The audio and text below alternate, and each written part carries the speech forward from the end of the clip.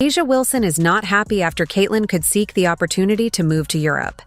A'ja has already demanded to be the star at Nike, and now seeing how much Caitlin could receive abroad is causing some conflict. It's about things that Caitlin was doing wrong when, in my personal opinion, she was doing nothing but going out there and playing great basketball every night and ignoring the hate that was coming to her from all sides. Not only Caitlin goes abroad, she will be the highest paid women's basketball star in the world, and A'ja isn't happy.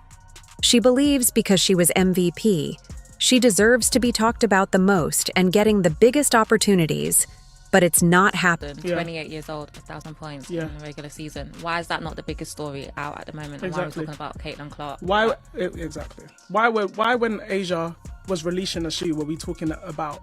Has increased sponsorship deals, increased pay, and made the WNBA one of the most watched sports. Yet we still have players in the league showing jealousy. This is why she needs to leave. Let's take a look at a game without Caitlin Clark. Commonplace where she'll go for 26 and 12. I mean, those are great numbers for any player, no matter how long you've been in the league. She's learned how to play the game, and she said, I had to learn how to play the WNBA. To believe she's the star, even though before Caitlin arrived, there wasn't any fans watching the WNBA. Caitlin should be the highest earning player. Let's hope she moves abroad and shows players like A'ja Wilson how it will be without her. Let's take a look at the stands. All the seats, even the courtside seats, are... Potential of Caitlin Clark signing a contract with a European basketball league has sent shockwaves through the WNBA. Europe has long been known as a haven for top talent across many sports, with competitive leagues offering lucrative contracts and international recognition. For Caitlin, the financial incentives of playing in Europe are significant. With salaries often exceeding those offered by the WNBA, Europe presents an opportunity to secure a financial future while continuing to dominate the game at a high level. Moved home games to bigger arenas when Indiana came to town to accommodate more fans. I'm not finished. Attendance for the entire league is up nearly 50% this year, and Indiana leads all teams with an average attendance of 17,035, up 319% from Wilson has made her feelings about Caitlin Clark's Europe contract clear, and at the heart of her frustration is the issue of money. For A'ja, who has been a dominant force in the WNBA for years, the idea that Caitlin could earn more abroad stings. It's not just about financial security, it's about the recognition that comes with being the highest paid player. Earning more means being valued more, and for A'ja, this shift in earning potential threatens her status as one of the league's top players. In the world of professional sports, salary often equates to respect. The highest paid players are often seen as the most valuable, both on and off the court. A'ja, who has worked tirelessly to build her brand and solidify her position in the WNBA, now faces the uncomfortable reality that Caitlin's rising star might eclipse her own. For someone who has been the face of the league for years, this is a difficult pill to swallow. The most loved teams in the WNBA to being riddled with so much drama this season. A'ja Wilson was under fire last week for the privileged comment that she made to Kelsey. Not just about money. A'ja's reaction to Caitlin's Europe contract is also rooted in the fear of losing her place as the league's leading figure. For years, she has been the go-to name when discussing women's basketball, but Caitlin's rapid ascent has changed that. The thought that Caitlin could not only out-earn her, but also take the spotlight overseas is a blow to A'ja's sense of security and prominence in the sport. Being the face of the WNBA is about more than just being a great player. It's about being the athlete who captures the public's imagination, the one who drives viewership, and the one who represents the league on the global stage.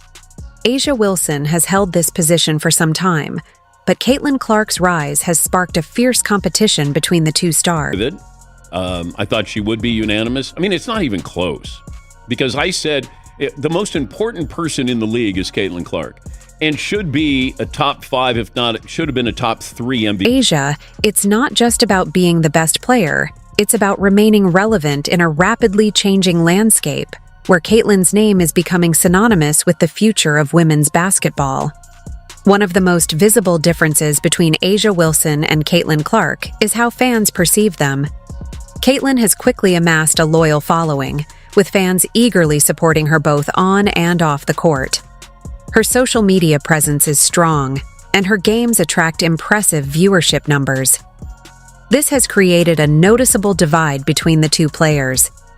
Asia, despite her years of success, has not been able to capture the same level of fan loyalty that Caitlin seems to command effortlessly. Why has Caitlin been able to draw in fans so quickly, while Aja struggles to maintain the same level of admiration? Part of it is the excitement of new talent.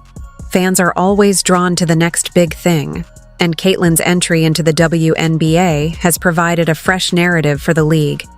Fans see her as the future of the sport, while Asia, despite her consistent dominance, is seen as part of the league's past.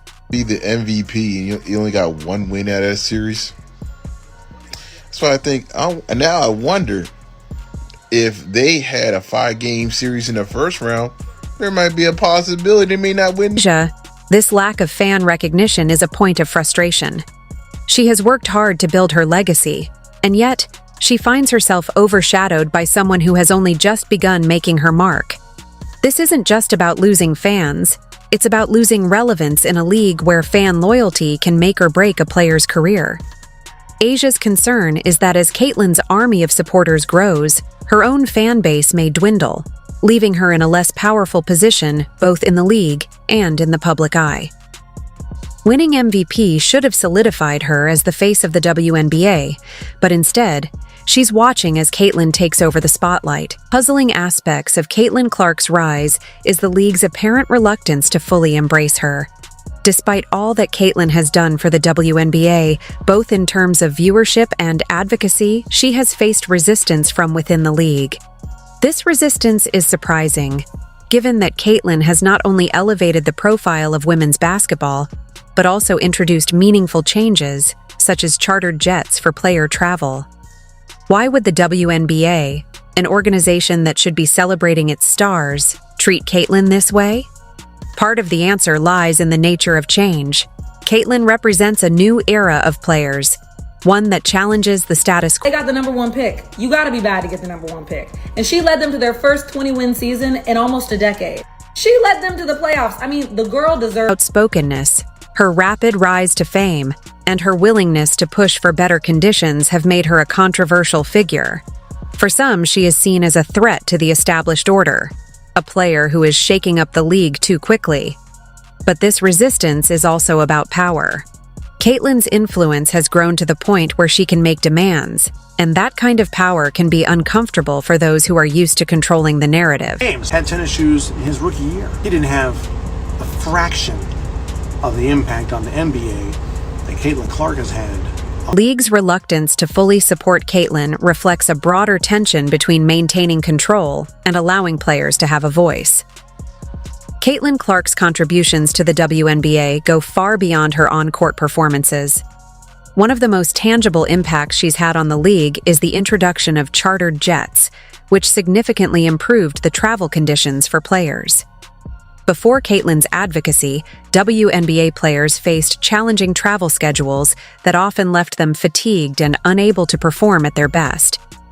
By pushing for chartered jets, Caitlin was able to create a more professional and comfortable environment for her fellow athletes, allowing them to focus on what they do best, playing basketball. Contributions don't stop at better travel conditions. She has been a vocal advocate for improving the overall experience for WNBA players, from fair compensation to better working conditions. Her willingness to speak out on these issues has made her a leader within the league, even if it has also made her a target for criticism. Despite facing resistance from some of her peers and the league itself, Caitlin has continued to push for positive changes that benefit everyone. However, these contributions have not been universally appreciated. Instead of being celebrated for her efforts, Caitlin has found herself at the center of controversy. Some players, including Aja Wilson, see Caitlin's push for change as a challenge to the way things have always been done. This has created a rift between those who support Caitlin's vision for the future and those who are resistant to the changes she represents. Number 1 in jersey sales, Angel Reese 2, Sabrina 3, Kate Martin 4. We talked about this earlier in the season. I feel sad that Kate Martin also hasn't gotten as much playing time the second half of the season. I feel like she deserves more, or maybe she deserves a different team. How crazy would that be if she went to Indiana? One of the most significant concerns for the WNBA if Caitlin Clark decides to leave for Europe is the impact on viewership. Caitlin has become one of the league's most popular players, with fans tuning in specifically to watch her play. Her dynamic style of basketball, combined with her ability to connect with fans on a personal level, has made her a major draw for the WNBA. Whenever Caitlin is on the court, viewership spikes. However, when she's absent, the league experiences a noticeable decline in ratings. If Caitlin were to leave the WNBA for Europe, the league would lose not only one of its top players, but also a substantial portion of its audience. Caitlin's ability to attract viewers is unmatched, and her departure would leave a void that would be difficult, if not impossible, to fill. For a league that is still working to grow its fan base and increase its visibility, losing a player like Caitlin could be devastating. The impact wouldn't just be felt by the league as a whole. Individual players, including A'ja Wilson, would also suffer. With fewer fans watching games, sponsorship deals and endorsement opportunities would likely decrease, affecting players' earnings and their ability to build their personal brand. Customer, the audience didn't feel that way. They did not give a damn about the WNBA. Is that fair to the ladies? No, it isn't fair. But they're the paying customer. You don't tell them what they want, they tell you what they want. And they really were not feeling the WNBA to the degree that they're feeling the WNBA now, obviously because of Caitlin, who has already expressed frustration over Caitlin's rising star, would face an even more difficult situation if Caitlin leaves and takes a large portion of the audience with her. A'ja Wilson's frustrations with Caitlin Clark extend beyond the court and into the world of endorsements, particularly with Nike. A'ja, who has been a Nike athlete for years, has worked hard to build her brand and secure her position as one of the company's top athletes. However, despite Caitlin's rising popularity, Nike has been slow to fully embrace her. While A'ja has received significant promotion from the brand, Caitlin has been sidelined, largely due to the controversy surrounding her within the league. For A'ja, this is not just about money, it's about recognition and influence. Endorsements play a crucial role in an athlete's career, shaping their public image and providing them with the financial means to continue competing at the highest level. Nike's hesitation to fully back Caitlin reflects the delicate balance that brands must strike between supporting top talent and avoiding controversy. Expected of Caitlin Clark. She's supposed to be great. She's not the Rookie of the Year. Angel Reese is, because that's a surprise, which to me is wrong. Should LeBron not have won the Rookie of the Year because he was supposed? Despite her best efforts to elevate the WNBA, Caitlin Clark has faced significant backlash from both the league and some of her fellow players. This backlash raises important questions about why Caitlin is so misunderstood.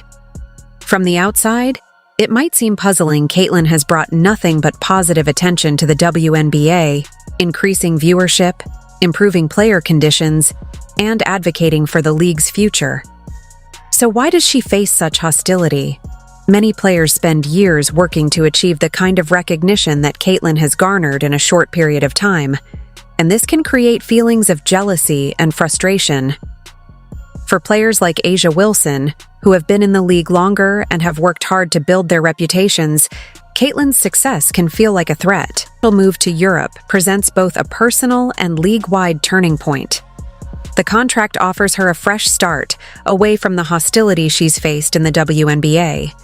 Europe provides financial stability and the chance to grow her career on a global stage, but her departure could have significant consequences for the WNBA. Regardless of whatever noise has been out there. So when you show that you're able to perform in the face of adversity, to me, that is the true testament to greatness. And that's why we're looking at her and we're saying greatness is. Losing Caitlin would mean a drop in viewership and fan engagement, putting the league's growth at risk.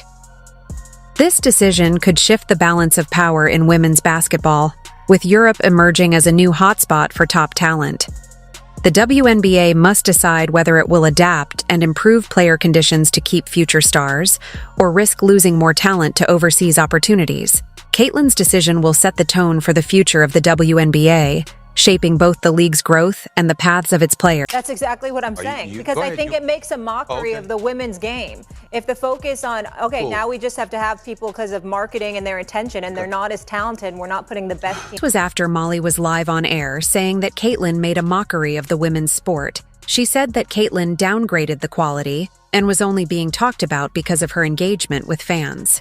Meanwhile, the Fevers just lost out by 1 point to the Mystics last night, in which was the largest attended game in WNBA history. Mystics moved tonight's game against Caitlin Clark to the nearby NBA arena and ended up setting a new all-time WNBA attendance record.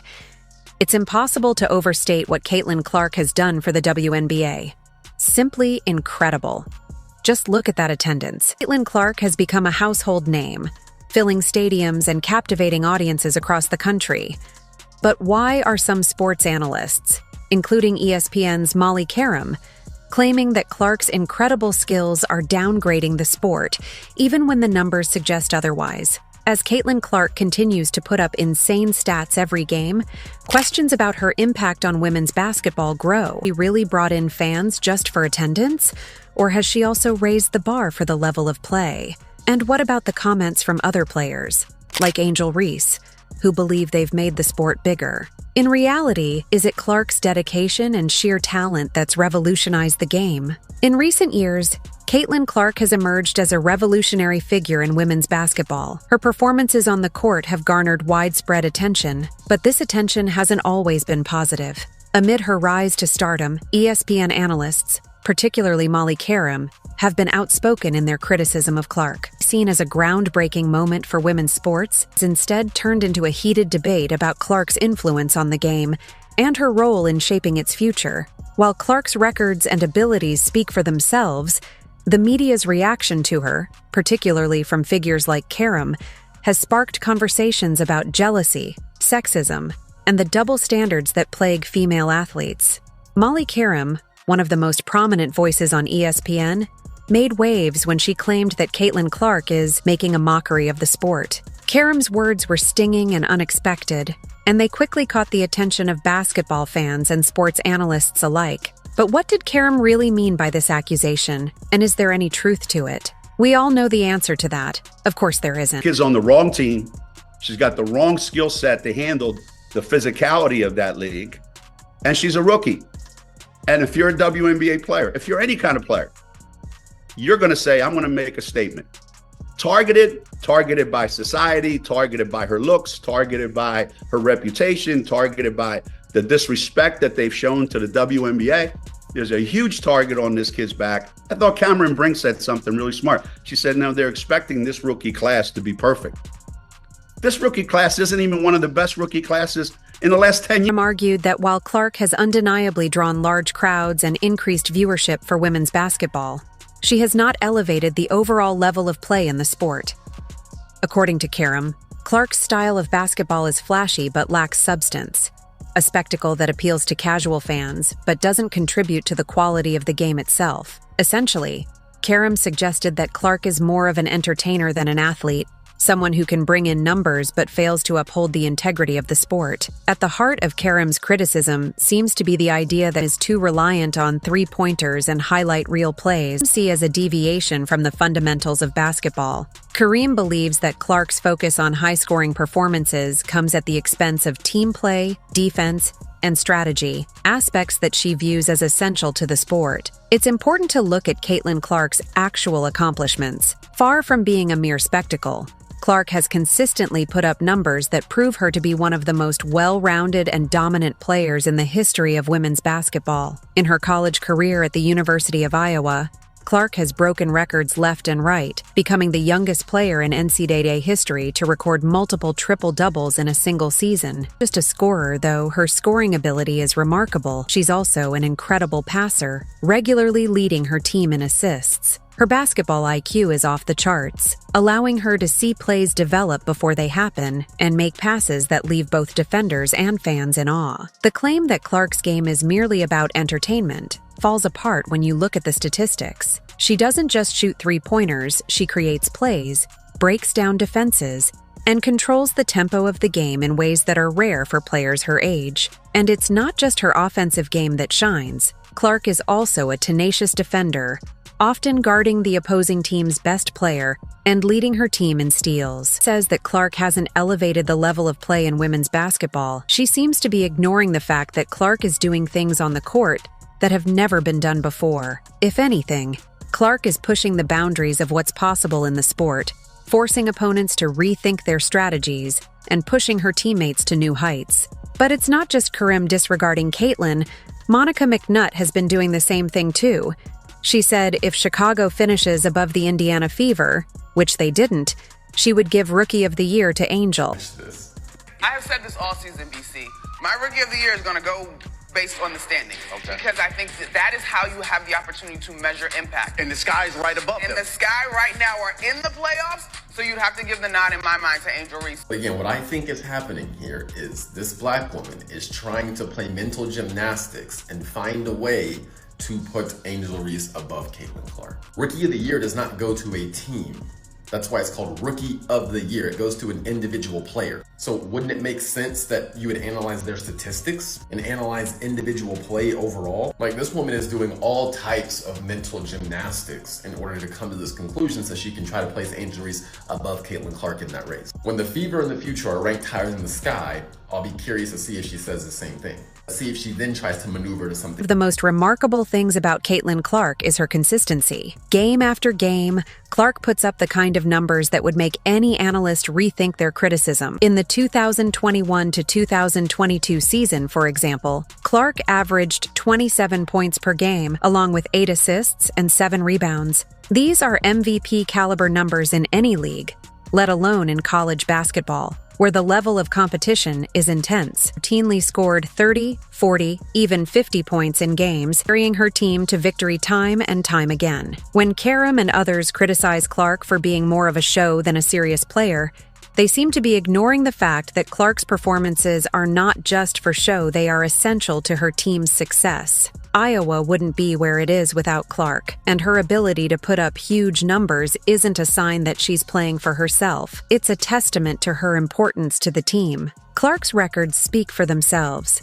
She was named a unanimous first-team All-American, the first player in Big Ten history to record 1,000 points and 200 assists in a single season, and she's broken nearly every scoring record for her age group. But perhaps most importantly, Clark has done all of this while maintaining an incredibly high level of efficiency, 45% from the field and nearly 40% from three-point range. While Caitlin Clark has remained largely above the fray, another player has inserted herself into the conversation, Angel Reese.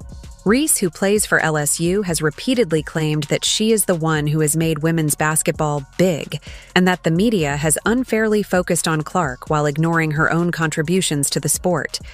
In Reese's eyes, she has been cast as the villain, while Clark has been portrayed as the hero. I don't understand, if they think it's personal, but when I get between the lines, if friends or anything, if my teammate right here went to play for another team, I'm going to be competitive, I'm going to talk trash to her just because I'm super competitive and that's what we do. But off the court, we're going to kick it and have fun. So I think that's a part of the game, and just trying to normalize, trash talking is okay, but not taking it personal off the court. And obviously that has become a thing and people are just trying to make it seem like it's something, but I love Caitlin, I love her game, and I admire everything that she's done. Is this narrative accurate?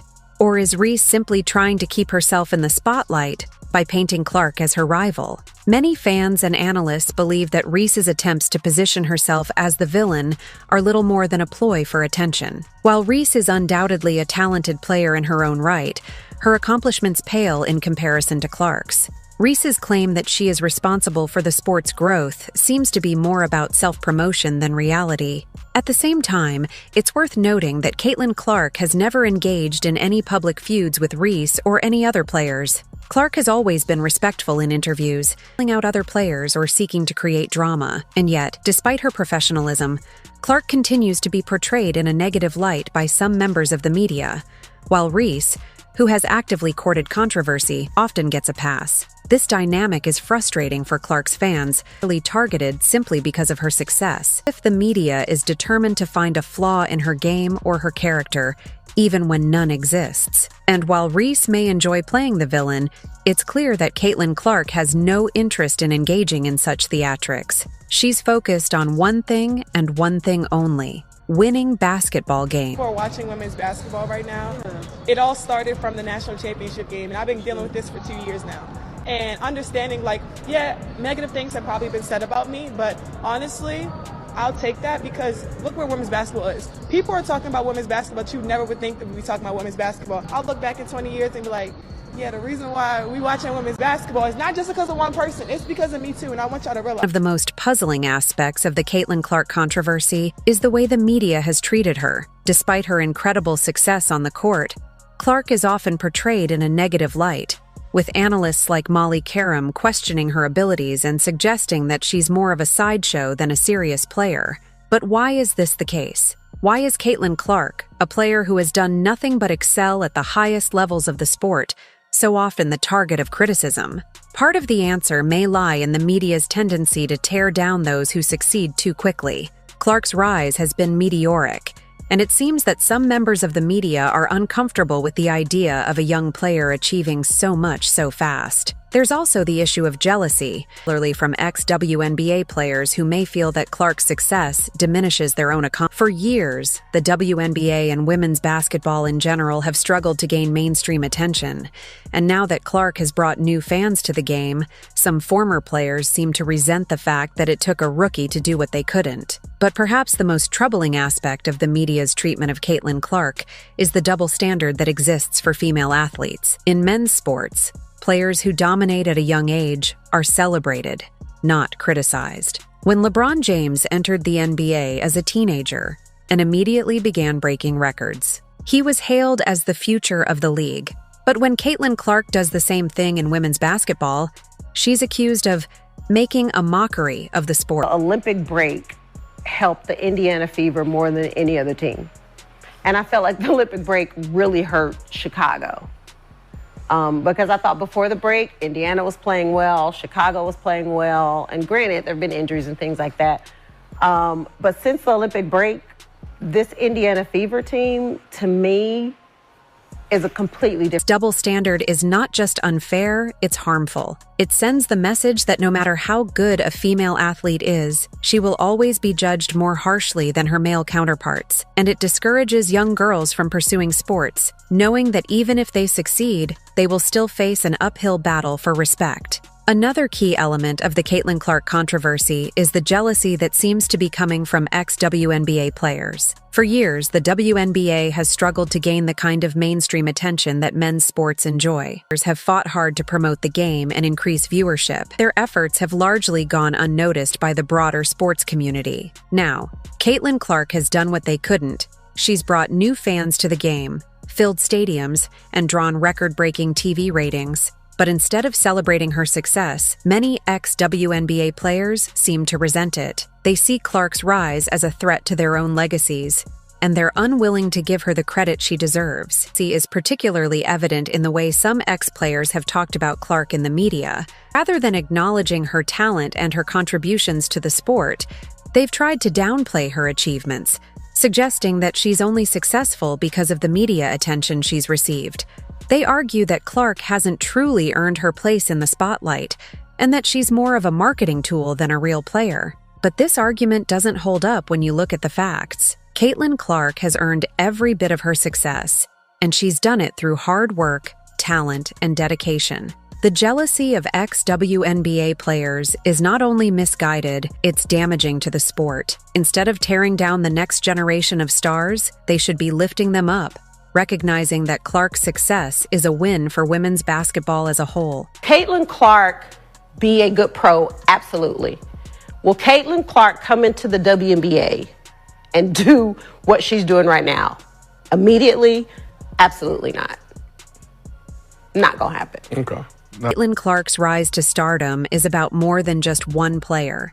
It's about the future of women's basketball. Clark has proven that there is a massive audience for women's sports, And she's brought in new fans who may have never watched a women's basketball game before. She's filled stadiums, broken viewership records, and shown that women's basketball can be just as exciting and competitive as men's sports. This is exactly what the WNBA has been asking for. The league has been trying to draw more attention to the game, and now that someone has finally done it, the response should be one of celebration, not criticism. Caitlin Clark has done more for the growth of women's basketball in a few short years than most players do in their entire careers. She's put the sport on the map in a way that few could have predicted. And she's shown that women's basketball has the potential to be a major force in the sports world. Yet, despite all of this, continues to face unnecessary criticism from analysts like Molly Karam and ex-WNBA players. But Clark's fans remain confident that her talent and dedication will continue to speak for themselves, and that no amount of media scrutiny or jealousy will diminish her legacy. Clark is all about winning. I don't know if y'all know that. I don't know if y'all been paying attention. So I know why Cheryl Swoops is mad. I know why you mad, Cheryl. Because you see Caitlin making the money that you wish you would have made when you was a player. And you kind of bitter. You kind of salty. It's a jealous spirit. The moral of the story is this. Every OG is not an OG. Some OGs just old and grumpy. Caitlin Clark's path in women's basketball has been nothing short of remarkable. She's shattered records, drawn in fans, and proven herself to be one of the best players of her generation. Yet, despite her success, she continues to face criticism from analysts and ex-players determined to undermine her accomplishments. But Clark's records, performances, and undeniable talent speak for themselves. No amount of jealousy or media scrutiny can take away from what she's accomplished, and her legacy will continue to grow as she proves her critics wrong, time and time again. In the end, Caitlin Clark is not making a mockery of the sport, she's changing it for the better. And the future of women's basketball is all the brighter because of her. As the spotlight continues to shine on Caitlin Clark, one thing is clear: influence on basketball is undeniable. Despite the criticism from some ESPN analysts and former players, her records speak for themselves. It's time to celebrate the impact she's made on women's basketball and look forward to how she'll continue to shape the future of the game. With the playoffs on Sunday, we are really in for a treat. If you enjoyed... But the fact that the ratings from Caitlin Clark's series to these series fell off a cliff, it should surprise no one. I'm watching the Indiana Fever game. I'm just waiting on Caitlin Clark to catch the basketball. A.J. Wilson has went crazy over the lack of viewership since Caitlin Clark's exit from the playoffs. I'm going to go out there and I'm going to try to be the best. I get y'all saying best player in the world. That's great. It looks great. But I want to be the best person. I want to be the best teammate. She went for an interview and said this: "More the year that I've seen anyone call my game boring than it's ever been." I'm like, okay, cool, whatever. Aja Wilson has went crazy over the lack of viewership since Caitlin Clark's exit from the playoffs. Aja Wilson would rather play with more freedom, with fans not bothering too much about the sport. And that's exactly what she got when the Fever got eliminated. Nobody was interested in the playoffs anymore. Let's just say the ratings aren't the same with Caitlin Clark and the Indiana Fever now eliminated. Game 1 of the Aces Liberty matchup on Sunday drew an average of 929,000 viewers. Was down nearly 50% from last Sunday's Fever Sun contest. By the way, not only was viewership down, but attendance was as... Caitlin Clark's effect has led to game after game viewership dropping, whilst she sat at home and watched everything unfold. I think she will be laughing at this mess. They could have had the highest viewed playoff final, but no. All I gotta say is she's lucky this UConn team isn't healthy.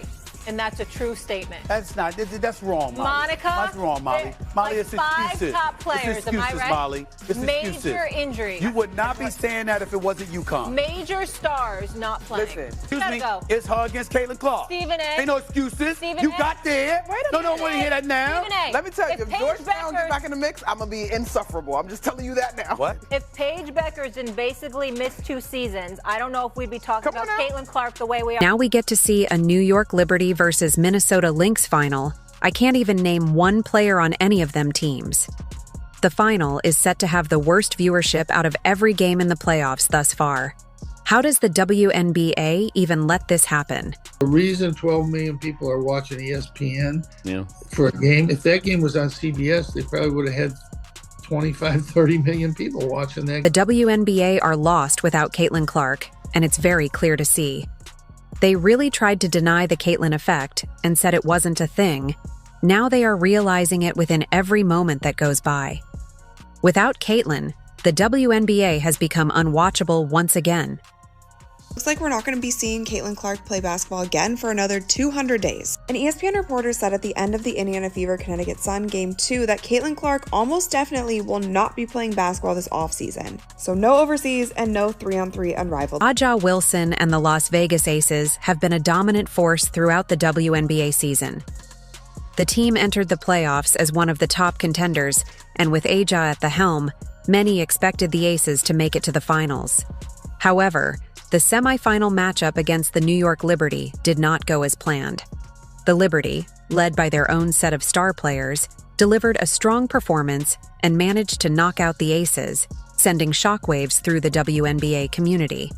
The elimination of the Las Vegas Aces not only ended the team's championship aspirations, but also removed one of the WNBA's biggest stars from the spotlight, contributing to the overall decline in playoff excitement. Caitlin Clark's the most valuable, most important person in the WNBA this year and should have been unanimous rookie. Unanimous MVP title typically comes with expectations. Fans and analysts alike expect that the MVP will lead their team deep into the playoffs, potentially all the way to a championship. When Aja Wilson and the Aces were eliminated, it not only affected the team's chances, but also took away a key narrative for the playoffs. Wilson was supposed to be the player everyone would watch in the finals, but now she wouldn't even have the chance to compete for the championship. Disrespectful, but they talked a lot of trash and they got humbled, and I think that that's okay. That is sports. That is what we live for. Caitlin Clark is a player who commands attention. Her style of play is captivating, and her ability to take control of a game makes her one of the most exciting athletes to watch in the WNBA. However, when the Indiana Fever, led by Clark, were eliminated from the playoffs by the Connecticut Sun, the playoffs lost a significant amount of their appeal. The excitement that usually comes with WNBA playoff games seemed to vanish.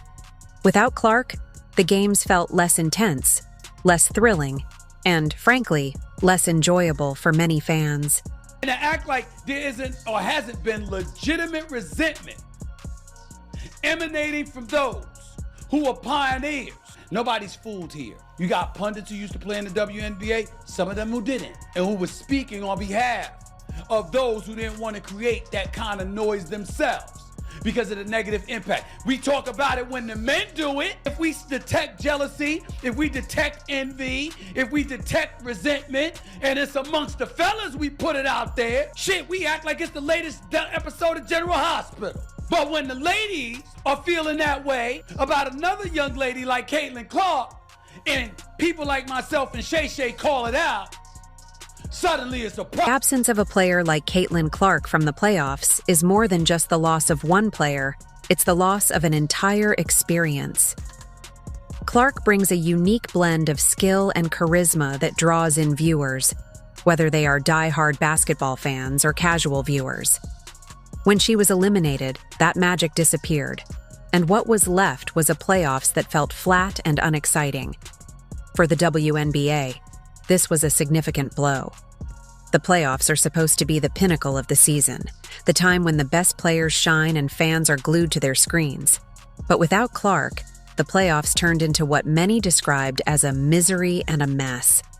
Ever since, Angel Reese had that injury, to me, and also coming off of Olympic break, Caitlin Clark separated herself. Yeah. She should have been unanimous. Now to celebrate her, one thing that people forget is as a rookie, she was the most blitzed player in the WNBA, and she still put up 19, 5, and 8 assists. After Caitlin Clark's exit, the WNBA experienced one of the most significant drops in viewership in its history.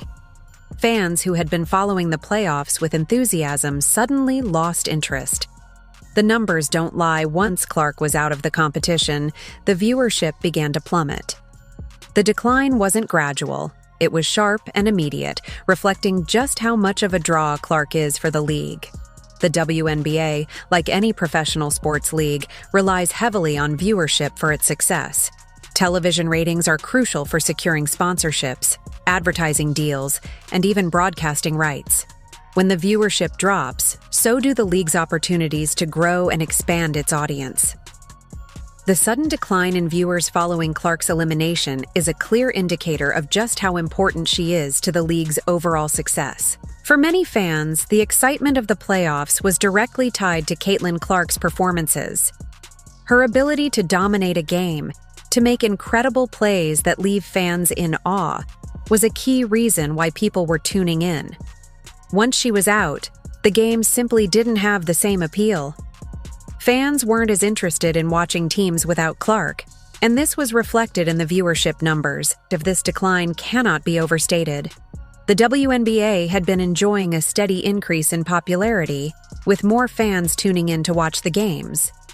But without Caitlin Clark, the league saw a massive drop in those numbers, a decline that could have long-term consequences if the league doesn't find a way to keep fans engaged without relying solely on its biggest stars.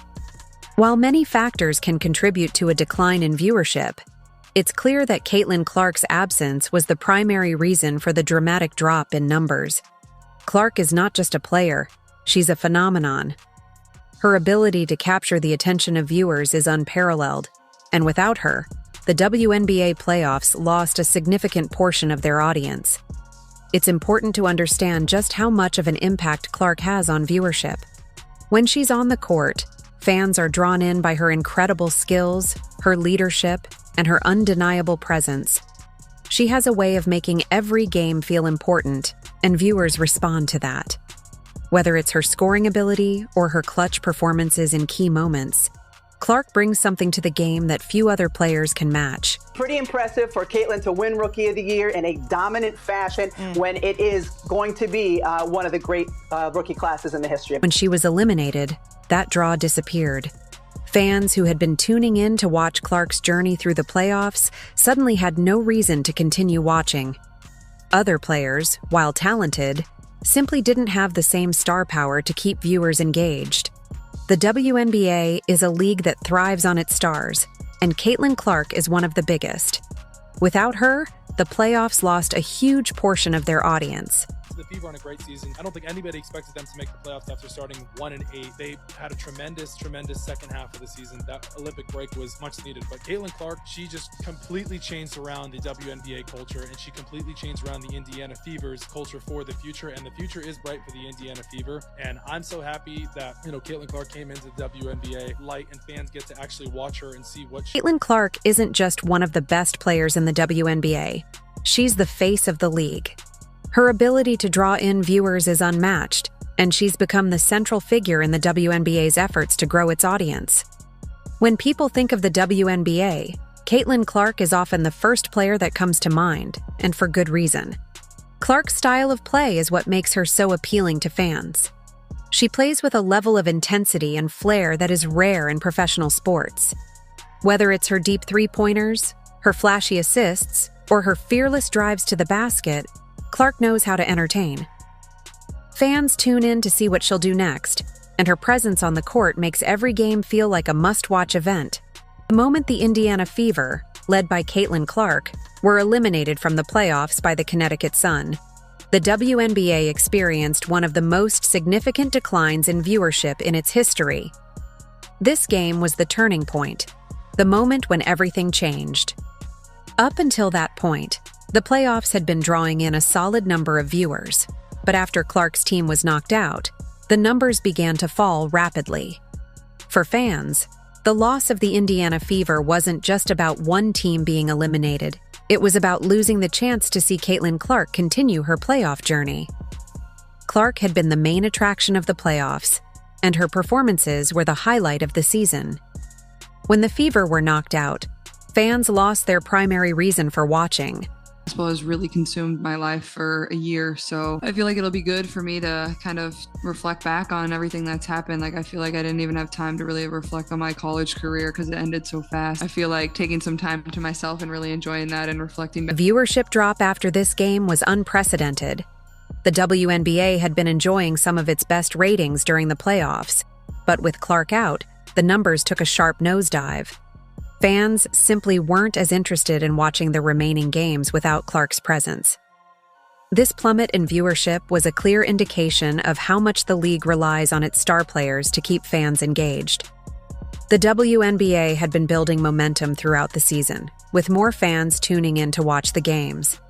But with Caitlin Clark's elimination, that momentum came to a screeching halt.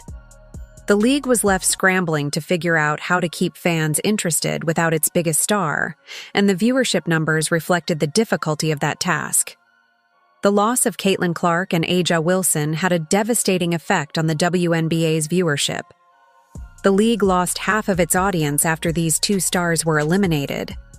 This is an unprecedented drop, and it speaks to how important these players are to the league's success. Went from being one of the most loved teams in the WNBA to being riddled with so much drama this season. A'ja Wilson was under fire last week for the privileged comment that she made to Kelsey Plum. And Coach Becky Hammon was under fire for basically saying that her team was too busy being celebrities and they were distracted and that's why they're not winning games. The list goes on and on. If you're this Aces team, you really need to regroup and maybe make some tough decisions about the future of this. WNBA finals are supposed to be the most anticipated games of the year. Fans look forward to seeing the best teams compete for the championship, and the league expects to see its highest viewership during this time. However, this year's final is shaping up to be one of the least watched games in WNBA history. With stars like Caitlin Clark out of the competition, fans simply aren't as excited about the finals. The WNBA was hoping for a blockbuster showdown, but instead, it's facing the reality that the final will likely have very low viewership. The absence of these key players has turned what should have been a thrilling conclusion to the season into a quiet affair. For the WNBA, this is a major issue. The final is supposed to be the pinnacle of the season, the game that draws the most attention. But without Caitlin, the excitement just isn't there. Fans are less interested, and the viewership numbers are expected to be the lowest the league has seen in years. You guys were right. That's what we're saying. You No, were right. Molly, you did not say that, Molly. No, I'm saying no, it. no. That is what you said. You That did is not. what you That's said. not what you said, Molly. What are you guys That is not what. Caitlin Clark has done more for the WNBA in her short time in the league than many players have done in their entire careers.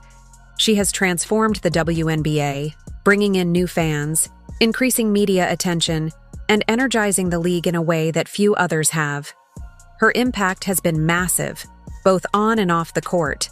Clark's ability to draw in viewers, her incredible performances, and her competitive spirit have made her the face of the WNBA. She's a player who can change the course of a game and attract fans who might not typically watch women's basketball. Her influence is undeniable, and she has played a huge role in elevating the league's profile. To me, that's not dominating. However, despite her massive contributions, Caitlin Clark hasn't always been treated fairly. Fans have been harsh on her, and referees have made questionable calls that have affected her performances. For a player who has done so much for the league, it's disappointing to see her treated this way. The WNBA needs to recognize her value and ensure that she's treated with the respect she deserves. She's on the wrong team. She's got the wrong skill set to handle the physicality of that league. And she's a rookie, targeted by society, targeted by her looks, targeted by her reputation. Although Caitlin Clark is out of the playoffs now, fans are already eagerly anticipating her return next season. The excitement around her return is palpable, and the WNBA knows that when she comes back, viewership will rise again. Clark's absence has been felt deeply, but the buzz for her next season is building. Fans are counting down the days until they can see Caitlin Clark back on the court. Her return is not just important for the fans, but for the league as a whole. The WNBA needs Clark, and her return next season will be one of the most anticipated events in the league's history. What I'm about to tell y'all I haven't heard before, so I doubt you have either. Caitlin Clark has done is grown the WNBA exponentially. She did in 5 weeks what would have taken 5 years. And as it pertains to draft viewership, she did in 5 days what would have taken 5 years. The WNBA simply cannot deal with Caitlin Clark's absence. The Fevers were eliminated from the playoffs last week, and the WNBA's ticket sales, attendance, and viewership have worryingly plummeted. This little chart right here. The Fever will have over 600,000 fans in attendance total this year. And the second best to that was in 1999 with the Washington Mystics at just over 400,000. So the Fever are going to account for over 200,000 more fans this year to their game. The WNBA are now promoting Aja Wilson all over the place to try and attract fans to watch, but unfortunately, it's not working. Departure, do we think that these new WNBA fans are going to stick around for the rest of the playoffs? The Liberty Aces series might be one that draws some numbers. The disparity between 1.8 million and around 400,000 is wild, especially with football season being in full swing. Fans are aware Caitlin's absence is a problem. Others believe it's a chance for her to improve her media training, as they believe her answers when it comes to controversy have not been good enough. In the situation next year where I'm saying, do you remember when you people were giving her grace, saying that she's 22, media training is not there? 1 year afterwards, she's still in the same position. Going back to Caitlin's fans, they have simply stopped watching the WNBA after the hate she was receiving, not to mention the bias against her in the big games. The WNBA wanted her out, and now she's out, they can't cope. They have finally realized what the Caitlin Clark effect really is.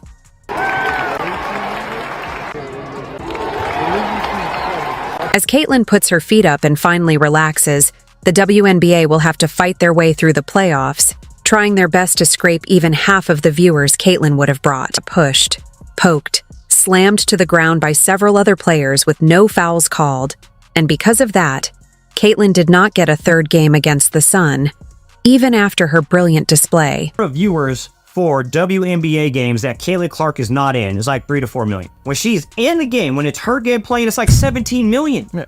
Well, I also look at the attendance in the arena. Yes. It's 8 to 10,000 everywhere else. Caitlin Clark, 17, 18. Yep. The WNBA has seen its ups and downs over the years, but it's no secret that since Caitlin Clark entered the league, things have changed drastically.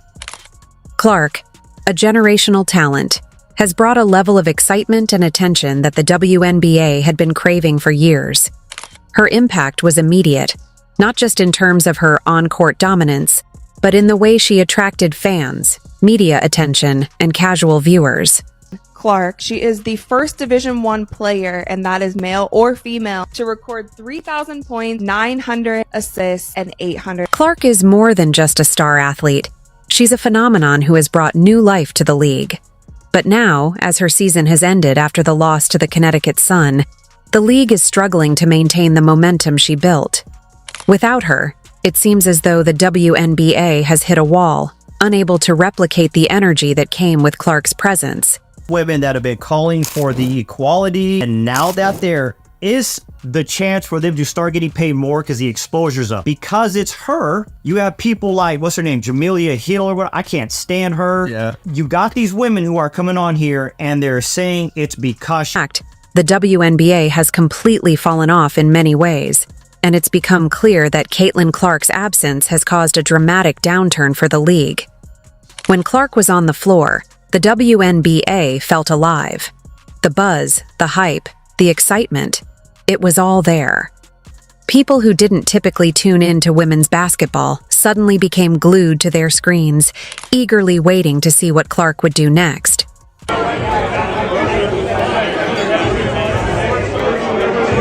Let's face it, without Clark, the WNBA is missing its spark, and the numbers back it up as viewership and attendance have taken a noticeable dive. Predictions heading into this playoff season had anticipated strong numbers, especially following Clark's breakout regular season. The league and its fans were optimistic, hoping that the interest Clark generated throughout the season would carry over into the playoffs, creating a surge in audience engagement and viewership. But those projections didn't materialize.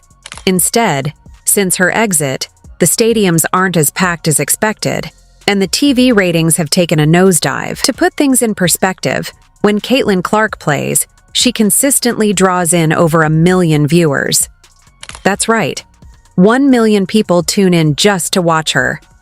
This kind of viewership is nearly unprecedented for the WNBA in recent years, as the league had previously struggled to pull in such massive numbers. People arranged their schedules around her games, ensuring they could catch her live, either by attending in person or watching from home.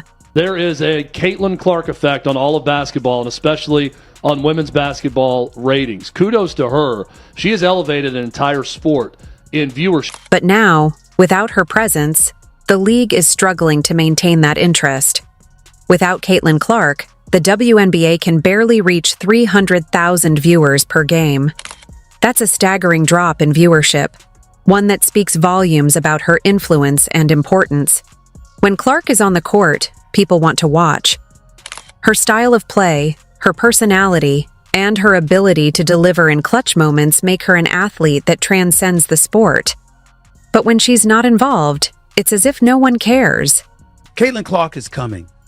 Some people think she's already arrived. I don't. I think she's going to be even better. I think that what she has done for women's basketball, especially in this country, has been phenomenal. There is no woman, no matter how great you were as a player, Cheryl Swoops, there is no woman who should negate mentioning Caitlin Clark and what Caitlin Clark is doing. The same level of excitement simply isn't there.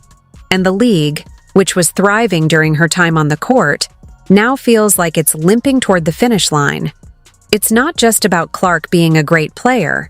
It's about her being a one-of-a-kind athlete that people can't get enough of. And when that phenomenon isn't on display, the interest fades quickly, leaving the WNBA struggling to capture the attention it had during her breakout season. Sure, she can score from anywhere, drop dimes with precision, and single-handedly take over games, but her impact goes far beyond the stat sheet. Caitlin Clark transcends the sport in a way that very few athletes can. She brings a level of energy, excitement, and unpredictability to every game she's a part of. You don't know what she's going to do next, but you know whatever it is, it's going to be something special. That's why her games draw packed stadiums and why millions tune in from home. People watch Caitlin Clark because she's a spectacle, not just a player.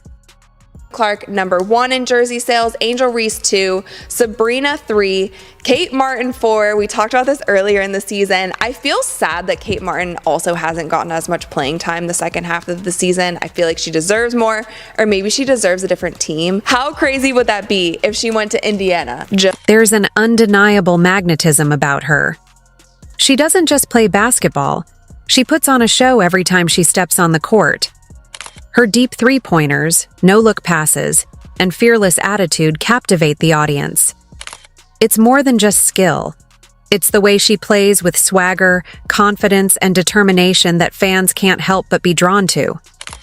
Clark has the rare ability to make every game feel like an event, something that you don't want to miss. And fans love it. They feed off her energy, her passion, and her relentless drive to win. But the problem is, when she's not on the floor, the WNBA loses that magnetism. Without Clark, the league becomes less of a spectacle and more of just another basketball game, and unfortunately, that doesn't draw the same attention. Even the most hardcore WNBA fans find it harder to stay engaged without her presence. The spark she brings is irreplaceable, and when she's not playing, the excitement fizzles, leaving a noticeable void that no other player or team seems able to fill. Swoops, all y'all other haters out there, and I'm gonna call you out, man, because it's blatantly obvious why you're hating on the young lady. If she was black, man, everybody be going crazy about Caitlin Clark right now, but she not. And what I appreciate about it is just that she ain't. What makes this situation even more frustrating for fans is how the WNBA seems to handle Caitlin Clark when she is playing. You would think that a player of her caliber, someone who is drawing in massive viewership and putting the league in the spotlight, would be protected and respected on the court. Yet, that hasn't been the case. Time and time again, we've seen referees treat Caitlin unfairly, refusing to give her the same calls that other players in the league would easily receive. Whether she's getting hacked on drives, shoved in the paint, or fouled on the perimeter, the whistles rarely seem to go her way. Instead of recognizing her talent and ensuring a level playing field, officials have consistently allowed her to be treated like the problem on the floor. This lack of respect from the referees is baffling, especially considering how important Clark is to the league's success. It's almost as if the WNBA doesn't realize that she is their biggest asset. Instead of promoting and protecting their rising star, they allow her to be mistreated. The league doesn't want her to succeed, or even worse, doesn't care about the negative impact this treatment has on their audience. People aren't blind to this. Fans see it and they're tired of it. They can tell when a player is being unfairly targeted, and the continued bias against Caitlyn has left many of them disillusioned with the league. Instead of fostering the excitement and loyalty that Clark brings to the WNBA, this mistreatment is pushing fans away, leaving them to question the league's priorities. Clark's fans are incredibly loyal, but they're also fed up. They've had enough of the hate, bias, and mistreatment that Caitlyn receives on the court. Whether it's coming from opposing players who single her out, referees who seem to be tougher on her than anyone else, or even the league itself, it often feels like there's an agenda against her. Instead of celebrating their biggest star, the WNBA seems to allow unfair treatment to persist. And because of this, many fans have reached their breaking point and simply stopped watching. Why support a league that goes out of its way to tear down its most marketable and talented player? It looks like we're not going to be seeing Caitlin Clark play basketball again for another 200 days. An ESPN reporter said at the end of the Indiana Fever Connecticut Sun Game 2 that Caitlin Clark almost definitely will not be playing basketball this offseason. So no overseas and no 3-on-3 unruffled. The decision by fans to boycott WNBA games after Caitlyn's exit from the playoffs isn't just about her absence from the postseason. It's about the principle behind it. They've witnessed how she's been treated all season, enduring bias from officials and a lack of protection from the league, and now they're making a statement. Fans are no longer willing to engage with a product that doesn't protect or promote its brightest star. Without Caitlyn, many fans feel disconnected from the WNBA, and this disconnect is reflected in the drastically lower viewership numbers. The loyalty of Clark's fan base doesn't extend to the league as a whole. It extends to her. Without her involvement, they have no reason to continue watching, and it shows. The WNBA's inability to treat Caitlyn fairly has led to a backlash that is now impacting its bottom line. The harsh reality is that the WNBA is going to struggle massively without Caitlin Clark. Before she arrived, the league consistently had a hard time maintaining mainstream attention. Sure, there were notable stars and a dedicated core of fans, but the overall interest from the wider public wasn't there. The league often found itself overshadowed by other sports and struggled to break into the broader conversation. Caitlin Clark changed all of that. But with her out of the picture, the WNBA is falling back to where it was before, struggling to capture the public's attention. The interest that once surged during Clark's games has now faded, and the league is grappling with a lack of excitement. It's clear that Caitlin Clark has single-handedly revitalized the WNBA, and without her, the league is once again facing an uphill battle. 1 year. I think more than 1 year. I'm just giving it from all she's doing is she's only in the gym, back and forth in the gym. You're telling me that no one can tell her anything. You can't say that, Ola. You know she's doing a lot of stuff. Because I was in college for 4 years, and it took me a while to get media trained. Clark's presence alone has the power to change the narrative, to make the WNBA a conversation piece.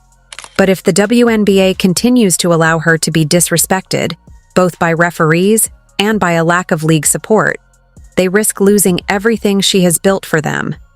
The league's inability to properly protect and promote its biggest star could send it spiraling back into irrelevance, undoing all the progress Clark has made for them. It's also important for the WNBA to recognize that Caitlin Clark is more than just a great basketball player. She's the face of their future. She's the one driving viewership and filling arenas, and without her, the league is likely to fall back into the same struggles it faced before her arrival. Clark has single-handedly changed the narrative around women's basketball, but if the WNBA doesn't take the necessary steps to support her, they risk losing everything she's built. On Ion still averaged 1.26 million viewers, which is so impressive. Despite all of this, Caitlin Clark's season was nothing short of historic. She shattered records in nearly every category imaginable: scoring, assists, shooting percentages, and more. Whether she was pulling up from deep three-point range or threading the needle with perfect passes, Clark redefined what it meant to be a dominant player in the WNBA. Her performances weren't just impressive, They were groundbreaking. It's baffling to see such a generational talent treated with disdain or ignored by the WNBA's powers that be. Instead of rallying behind Clark and using her as a symbol of growth for the league, she's often portrayed as a problem, either on the court with unfair officiating or in media narratives that fail to celebrate her contributions. This treatment needs to stop, and soon.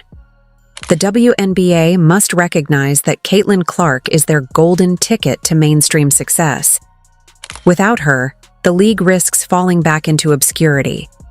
If the WNBA wants to survive and thrive, they need to promote and protect their brightest stars. Basketball has really consumed my life for a year, so I feel like it'll be good for me to kind of reflect back on everything that's happened. Like, I feel like I didn't even have time to really reflect on my college career because it ended so fast. I feel like taking some time to myself and really enjoying that and reflecting back. And there's no place for it, and we've been professional throughout the whole entire thing, but I've never been called the things that I've been called on social media, and there's no... Caitlin Clark has revealed she is taking a break from basketball until April.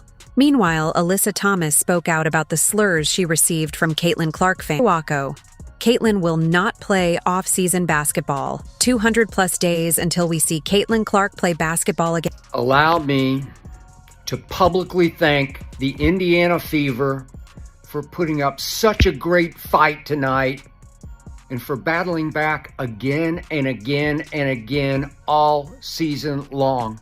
Let me thank Caitlin Clark and Aaliyah Boston and Kelsey Mitchell and all the rest for refusing to say die, refusing to lose, fighting back again and again and again, and playing at a much higher level than they should be at this stage and age.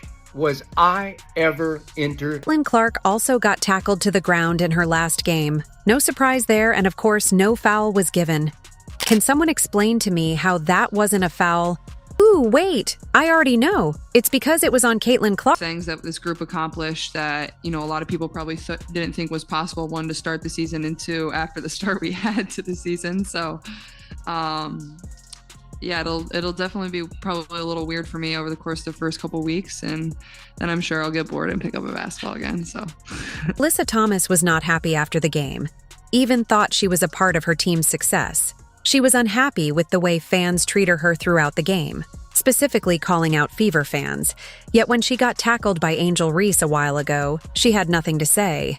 But when it's Caitlin, it's a different story. I don't want fans that are going to degrade us and call us names. I mean, we already see what's happening in the world and what we have to deal with in that aspect. And, we come to play basketball for our job and it's fun, but we don't want to go to work every day and have social media blown up over things like that. It's uncalled for, and something needs to be done, whether it's, them checking their fans or this league checking. There's no time for it. Caitlin Clark's decision to rest after her breakout WNBA season, a turning point in her career, and what does it mean for the future of women's basketball? As Caitlin Clark steps off the court for the next 200-plus days, fans and analysts alike are left wondering how her absence will affect not only the Indiana Fever, but also the WNBA as a whole. Caitlin's decision to prioritize rest over playing overseas or 3v3 basketball signals a shift in her approach to her career. But what does this mean for the WNBA's future viewership and the overall impact on women's sports? Caitlin has given herself a well-deserved break, a move that surprised some, but is entirely understandable given her heavy workload this season. Caitlin Clark literally played close to an entire NBA season.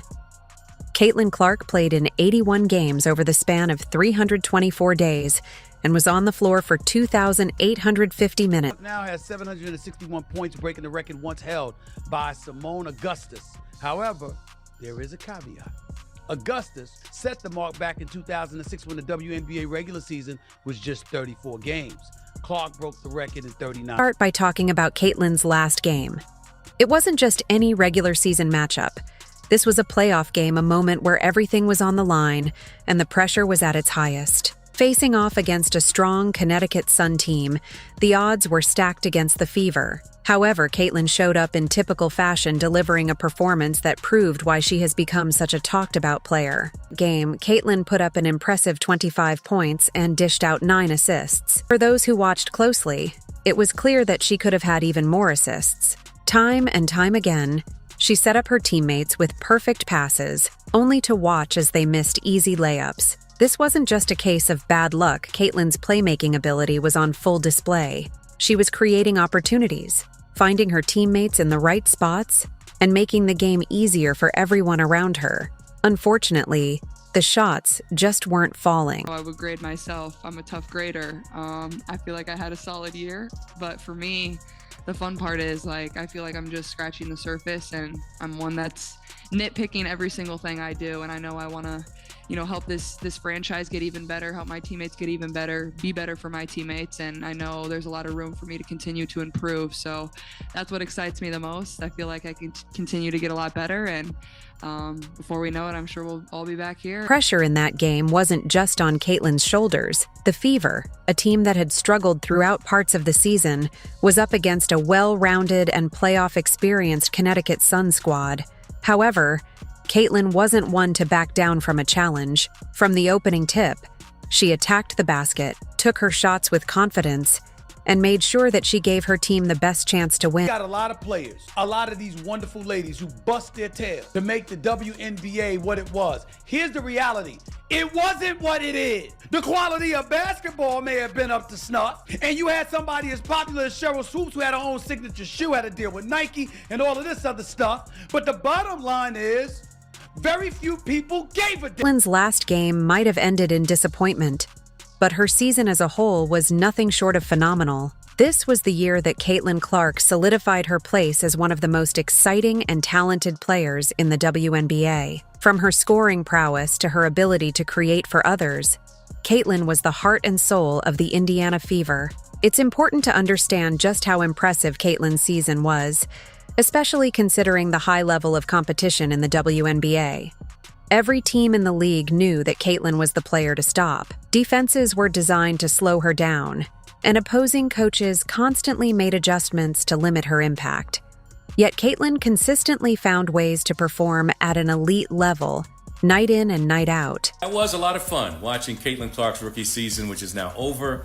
The Indiana Fever knocked out of the postseason by the Connecticut Sun in a 2-game sweep. And so we got to see the carryover from Iowa transition to the pro game, her ability to help develop a team's cohesion and chemistry. And we saw that work so well as the season went on. Clearly brought like a magnet, phenomenal attention to the league, bringing new fans, a committed fan base, not just in her home arena, but bringing fans to away arenas and packing the houses and increasing different venues from smaller to larger because of their presence. It's been... Caitlin's ability to score from deep range is perhaps one of her most notable attributes. She has an uncanny ability to hit three-pointers from well beyond the arc, and she does so with incredible efficiency. This forces defenders to play her tight, opening up driving lanes that she can exploit with her speed and ball-handling skills. But Caitlin isn't just a scorer. She's also one of the best playmakers in the league, regularly dishing out assists and getting her teammates involved in the offense. In fact, Caitlin's playmaking is one of the reasons she stands out from other top scorers. Many players focus solely on putting points on the board. Caitlin has a unique ability to see the floor and make the right pass at the right time. Her 9 assists in her final game were a perfect example of this, and as mentioned earlier, she could have had even more had her teammates converted more of their opportunities. But beyond the numbers, what really set Caitlin apart this season was her leadership. As a young player, Caitlin took on a significant role for the Fever. She became the player that her teammates looked to in crucial moments. Whether it was hitting a big shot in the closing minutes or making a key defensive play, Caitlin was always there when her team needed her the most. This leadership, combined with her on-court talent, made her one of the most important players in the WNBA this year. I think it's really just the fans, her fans, the Iowa fans, now the Indiana fans that are like, they ride for her. And I respect that respectfully. but sometimes it's very disrespectful. I think there's a lot of racism when it comes to it, and I don't believe she stands on. After such an intense and demanding season, it's no surprise that Caitlin has decided to take some time off. Many WNBA players choose to play overseas during the off-season, not only to stay in shape, but also to earn additional income. However, Caitlin has made the decision to skip overseas play and rest instead. For her, the choice was clear. She needed a break. It's worth noting that the WNBA season can be incredibly grueling, especially for players who take on as much responsibility as Caitlin does. Playing overseas might be tempting, but it also means continuing the same intense schedule with very little time for recovery. For Caitlin, the physical and mental toll of the season was enough to make her realize that rest was the best option. Caitlin Clark be a good pro? Absolutely. Will Caitlin Clark come into the WNBA and do what she's doing right now immediately? Absolutely not. Not gonna happen. Okay. In addition to skipping overseas play, Caitlin also decided not to participate in 3v3 basketball, a form of the game that has been growing in popularity. The fast-paced nature of 3v3 requires players to be sharp both offensively and defensively. And while it might have been a fun way to stay in shape, Caitlin knew that her body needed more than just a break from full-court basketball. She needed a complete rest, one that would allow her to fully recover and come back stronger next season. Decision to rest is a mature one, especially for someone so young. Many players feel the pressure to keep playing, whether it's to stay in top physical shape or to maintain their place in the league. But Caitlin understands that taking care of her body now will pay dividends in the future. By resting, she's giving herself the opportunity to heal, both physically and mentally, and ensure that she's ready to perform at her best when the next WNBA season begins. Her fourth in betting odds on being MVP of the WNBA. These people are so disrespectful and so unknowledgeable and so stupid that it gives women's basketball. Throughout the season, one of the recurring frustrations for Caitlin Clark was the lack of calls she received from the referees. Whether it was driving to the basket and absorbing contact or getting bumped on the perimeter, Caitlin consistently found herself on the wrong end of no calls. This was particularly frustrating because as one of the league's top players, Caitlin expected to be treated with the same level of respect as her peers. I got a technical for basically being mad at myself because I missed the three and then I went and hit the backboard, and he told me it was disrespectful to the game of basketball. So I don't know, it reminded me of the technical that I got in college where I said, damn it, where it's like a personal frustration. Had nothing to do with my team, had nothing to do with their reffing, had nothing to do with other team. It was just because I'm a competitor and I felt like I should have been making more shots. So, but I think he fired me up to continue to play a lot harder. I thought we got a lot better after he did that. So I want to thank him for that. Final game against the Connecticut Sun, this issue came up once again. Caitlin drove to the basket multiple times, only to be met with hard fouls and no whistles from the referees. It was a pattern that had followed her throughout the season, and it's something that has not gone unnoticed by fans, coaches, and analysts alike. The lack of calls is especially perplexing given Caitlin's status as one of the league's rising stars. In the NBA and WNBA, star players often get the benefit of the doubt when it comes to officiating. Players like LeBron James or Aja Wilson are used to getting favorable calls, especially when they attack the basket with aggression. Caitlin, the whistles seem to stay silent in situations where the contact was obvious. This discrepancy in officiating is something that has raised questions about consistency in the WNBA. In addition to the challenges Caitlin faced on the court, she also had to deal with a difficult situation off the court during her final game. A fan in the stands began heckling Caitlin, throwing shade her way and trying to get under her skin. For most of the game, Caitlin remained focused, ignoring the fans' comments and keeping her attention on the game. But as the taunts continued, Caitlin finally had enough. In a moment reminiscent of NBA superstar LeBron James, Caitlin pointed out the fan to the arena staff, who promptly removed the individual from the stadium. It was a rare moment of visible frustration from Caitlin, who is known for her poise and composure under pressure. But this incident showed that even the best players have their limits. With Caitlin Clark now out of the playoffs, the landscape of the WNBA postseason has changed. One player who might be feeling a sense of relief is Angel Reese, a fellow star and competitor who has been closely linked with Caitlin throughout the season. The two players have had a competitive rivalry, and with Caitlin now on the sidelines, Angel knows that one of her biggest obstacles to a championship run has been removed. While Angel has never publicly expressed any joy at Caitlin's exit from the playoffs, it's clear that Caitlin's absence changes the dynamics of the postseason. Without Caitlin, the Indiana Fever are no longer a threat, and Angel's path to a potential championship becomes a bit clearer. The focus now shifts to other players, with A'ja Wilson emerging as the last big star left standing in the playoffs. Caitlin Clark's exit from the playoffs doesn't just affect the Indiana Fever or the playoff race. It has a much broader impact on the WNBA as a whole. Caitlin's breakout season brought a level of excitement and attention to the league that few players have ever achieved. People are watching women's basketball right now. It all started from the national championship game, and I've been dealing with this for 2 years now. And understanding, negative things have probably been said about me, but honestly, I'll take that because look where women's basketball is. People are talking about women's basketball, but you never would think that we'd be talking about women's basketball. I'll look back in 20 years and be like, yeah, the reason why we watching women's basketball is not just because of one person, it's because of me too, and I want y'all to realize. Tuned in specifically to watch Caitlin play, and her highlight reel performances became must-see TV. Now, with Caitlin on the sidelines, the WNBA is facing a significant challenge: how to maintain viewership and interest without one of its biggest attractions. That the WNBA has been working hard to grow its fan base in recent years, has made significant strides in terms of marketing, broadcasting, and accessibility, but players like Caitlin are essential to keeping that momentum going. Without her on the court, the WNBA loses one of its most marketable and exciting players, and that could result in a noticeable dip in viewership and attendance. If they think it's personal, but when I get between the lines, if friends or anything, if my teammate right here went to play for another team, I'm going to be competitive, I'm going to talk trash to her just because I'm super competitive and that's what we do. But off the court, we're going to kick in and have fun. So I think that's a part of the game, and just trying to normalize, trash talking is okay, but not taking it personal off the court.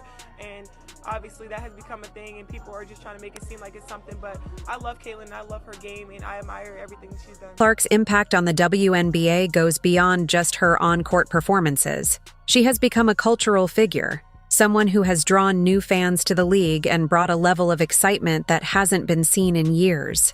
Now that she's out of the playoffs, there's a sense of loss, not just for the Fever, but for the league as a whole. Caitlin brought something special to the WNBA, an energy and excitement that resonated with fans. Since will be felt, and it's clear that the WNBA will miss her presence. There's one thing we know about Caitlin Clark. It's that she'll come back stronger than ever. She's already shown that she has the talent, drive, and work ethic to be one of the best players in the world, and this break will only give her more time to recharge and Let's just say the ratings aren't the same with Caitlin Clark and the Indiana Fever now eliminated. Game 1 of the Aces Liberty matchup on Sunday drew an average of 929,000 viewers. Was down nearly 50% from last Sunday's Fever Sun contest. By the way, not only was viewership down, but attendance was. WNBA players are now expressing frustration following Caitlin Clark's exit from the playoffs, with many believing fans are turning against them for not sticking around to watch postseason games. Recently released semi-final viewership numbers paint a troubling picture, and it's not looking good for the league. Since Caitlin Clark was eliminated after what many fans consider questionable fouls going against her, the WNBA has struggled to maintain momentum. Viewership has already taken a noticeable hit, and projections suggest it will continue to decline as the playoffs move forward. Want me to just say I told you so, or are you willing to say, Stephen A., you did tell us? Really? Caitlin Clark is the goal. What kind of league allows its biggest star to be treated poorly all season, denies her team a home playoff game, and then acts surprised when interest begins to collapse? The WNBA watched its most marketable player take repeated hits, then watched fans slowly tune out. It's rare to see a professional sport where teams advance deeper into the playoffs while fewer and fewer people care. Caitlin Clark is now reportedly heading toward Europe for a break, though there's growing speculation that a lucrative overseas opportunity could tempt her into a major move. A team overseas who would love to snatch Caitlin Clark away from us and give her a crazy offer. I mean, Ice Cube was about to give her $5 million to play in less than 10 games. If Caitlin Clark were to make that move, she could earn nearly 10 times what she's making now, while also being treated with the respect her talent deserves. Instead, the WNBA not only failed to protect its star, but also managed to strip away her chance at a unanimous Rookie of the Year award. One voter controversially cast a vote for Angel Reese, a decision that sparked widespread backlash and left many questioning the league's credibility. Should have been unanimous. Should have been. I agree. Unanimous. It should have been unanimous. And one of the things that sticks with me is, well, she was the first rookie to get a... Meanwhile, viewership continues to drop by the minute, and the WNBA is finally experiencing the full force of the Caitlin Clark effect. Players are starting to acknowledge what fans have been saying all along, that many viewers were tuning in specifically to watch Clark. Aya Wilson voiced frustration this season after fans labeled her game boring, saying this year marked the most she'd ever heard that criticism. Even after winning MVP, Wilson hasn't generated anywhere near the impact on viewership that Caitlin Clark did, highlighting the gap in star power and audience pull. 28 years old, 1,000 points in the regular season. Why is that not the biggest story out at the moment? And why are we talking about Caitlin Clark? Why exactly? Why when Asia was releasing a shoe were we talking about? Caitlin Clark's absence from the WNBA playoffs represents far more than a dip in ratings. It exposes a deeper issue within the league itself. The WNBA's audience growth proved fragile, relying heavily on one player to sustain its newfound momentum. Clark was the lightning rod, drawing attention not only to the Indiana Fever, but to the entire league. When the Fever fell to the Connecticut Sun and her rookie season came to an end, the immediate drop in viewership was staggering. More importantly, it revealed an uncomfortable truth. Without its biggest star, the WNBA struggles to keep fans engaged. The 2023 season, the WNBA had grown by 40% viewership from 2022 to 2023. But with Caitlin Clark's arrival, it's grown by 400% viewership. What that means is if the viewership dropped by more than half once Caitlin Clark was eliminated from the playoffs, a clear sign that her presence was responsible for a massive portion of the league's audience. This isn't something that can be brushed off or labeled a coincidence.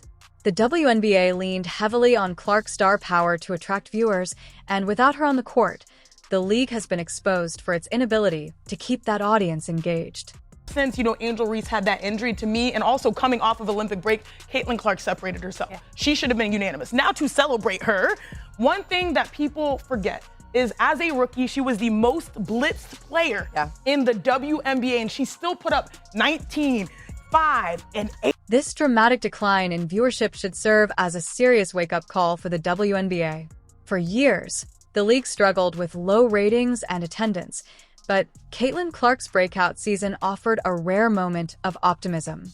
Her games consistently pulled in record numbers, and for a short time, it felt like the WNBA had finally found its footing.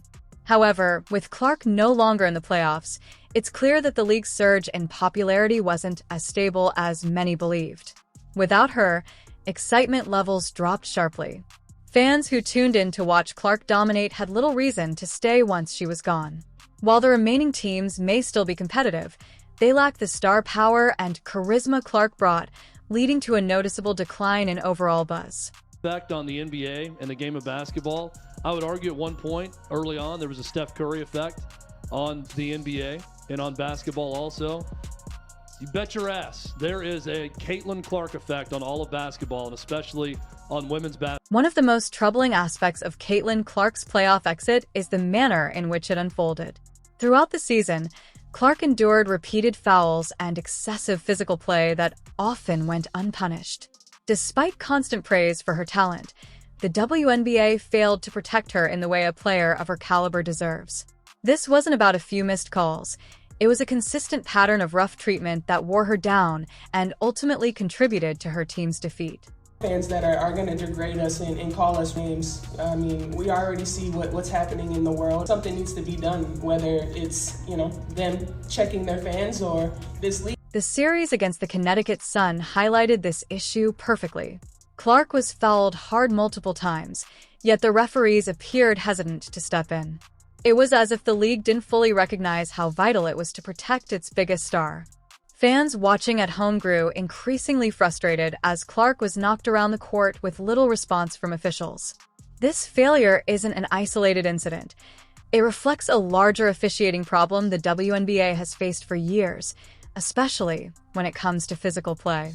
But when the player at the center of the league's resurgence is subjected to this treatment, it becomes a far more serious concern. The WNBA cannot afford to let its most important star be worn down like this, especially when she is so critical to the league's growth. Has been impacting the WNBA well before this year. This is not a new thing. Sure. This is, and in that way, I do think Caitlyn's being used as a pawn. Caitlyn didn't bring citizens to the WNBA. This has been happening, and that I think is what's been such a shock. Caitlyn Clark's breakout season wasn't just a personal success. It was a golden opportunity for the WNBA to showcase itself to a wider audience. Her games attracted viewers from across the country, many of whom had never watched a WNBA game before. This was the league's chance to turn that attention into long-term support. Instead, by failing to protect Clark, the WNBA squandered that moment. Fans saw what happened on the court, and many have voiced their frustration. Social media has been flooded with comments from viewers who believe the league let Clark down, allowing her to be fouled repeatedly without proper protection. Very, very few people, but there are some out there who resent the fact that this young white girl came out there and did her thing. Rookie of the Year, 4th in the league for MVP voting, assist leader, one of the top leading scorers after the Olympic Games. She put on a show, validating all the attention she was. This has fueled a growing belief that the league isn't doing enough to protect its stars, a concern that could have serious long-term consequences for fan loyalty. The WNBA now finds itself in a fragile position. Caitlyn Clark has done more for the league in a single season than many players accomplish over an entire career. But if the league fails to take meaningful steps to protect her and other emerging stars, it risks losing the very players who are driving its growth. This isn't just about wins and losses anymore. It's about the future of the WNBA itself. Viewers for WNBA games that Caitlyn Clark is not in is like 3 to 4 million. When she's in the game, when it's her game playing, it's like 17 million. Yeah. Well, I also look at the attendance in the arena. Yes. It's 8 to 10,000 everywhere else. Caitlyn Clark, 17. As if Caitlyn Clark's playoff exit wasn't frustrating enough for fans, another controversy quickly followed. Despite her record-breaking rookie season and undeniable role in the WNBA's surge in popularity, Clark was not awarded unanimous Rookie of the Year honors. The decision stunned fans and analysts alike. Given her on-court dominance and massive impact on viewership, many believed a unanimous vote was inevitable. Yet, one voter chose to cast their ballot for another player, turning what should have been a celebratory moment into a flashpoint of controversy. You are rooting against Caitlyn Clark because you like another team. There's very few of them. I'm excited even if it's that. I'm excited to see. The reaction was immediate and intense. Fans were outraged, questioning how anyone could vote for someone other than Caitlyn Clark. She had single-handedly elevated the league's profile and served as the primary catalyst behind its renewed attention. Failing to award her unanimous Rookie of the Year honors felt like a direct slap in the face, not just to Clark, but to the fans who supported her all season. Making matters worse, the WNBA declined to reveal the identity of the lone voter who selected Angel Reese over Clark, keeping them anonymous. That lack of transparency only deepened frustration, with many fans feeling the league was once again failing to fully back its biggest star. Second half really set the tone for me, for her to be, and should have been, the unanimous Rookie of the Year. And it wasn't just one triple-double. She had 2 on the season. And this is why we would love for the WNBA to make voting not anonymous. Because if you were the person that had that one vote, you should just be able to stand on it, and we should know. Denying Caitlyn Clark unanimous Rookie of the Year honors goes beyond a single controversial vote. It may have lasting consequences for how fans perceive the WNBA. Clark did everything possible to elevate the league, yet when it came time to recognize her historic achievements, she was denied the unanimous recognition many felt she clearly earned. The decision left a bitter taste among fans who believe the league isn't fully appreciating the magnitude of her impact. Awarding a vote to Angel Reese instead of Clark ignited broader questions about the integrity and credibility of the voting process itself. Player in the country. To the media or me? As you see it. I feel like I'm the best. For Caitlin Clark, this snub may ultimately serve as yet another source of motivation. She has already proven she can dominate at the professional level, and this slight will only add fuel to the fire as she looks ahead to future seasons. But for the WNBA, the controversy presents a much bigger issue, one that won't be easily resolved. The league is now facing growing skepticism from fans who feel their biggest star's been mishandled at every turn, and how it responds moving forward could shape its trajectory for years to come. Is who did it? Speak loud and clear, raise your hand, all that good stuff. With Caitlin Clark set to take a roughly 200-day break from professional basketball, the WNBA now faces one of its toughest challenges yet. Over the coming months, the league must find a way to keep fans engaged without its biggest star on the court. While the WNBA enters an off period, basketball elsewhere will continue, making this task even more difficult. This challenge is magnified by the sharp drop in viewership already seen since Clark's playoff exit. During this extended break, the league will need creative solutions to maintain interest, but the reality is clear. Without Clark, the WNBA faces an uphill battle. She was the league's primary draw, and her absence leaves a gap that won't be easy to fill. Consumed my life for a year, so I feel like it'll be good for me to kind of reflect back on everything. Looking ahead, the WNBA must take immediate and decisive steps to protect Caitlin Clark when she returns. The physical punishment she endured throughout the 2024 season is simply not sustainable. If the league fails to act, it risks pushing her toward other opportunities, including the EuroLeague, where players are often paid more and treated with greater care. In recent years, overseas leagues have become increasingly appealing to elite talent due to higher salaries and improved conditions. If Caitlin Clark were to seriously consider playing abroad, it would be a devastating loss for the WNBA. The league cannot afford to lose a player of her caliber, especially after everything she has done to elevate its profile. Lifts all boats. If folks were more receptive to it, more moments would have arrived. I still contend Caitlin Clark should have been on Team USA. Imagine the international, the global audience that would have followed her. But folks missed it because of feelings. To prevent that outcome, the WNBA must prioritize Clark's safety and long-term well-being.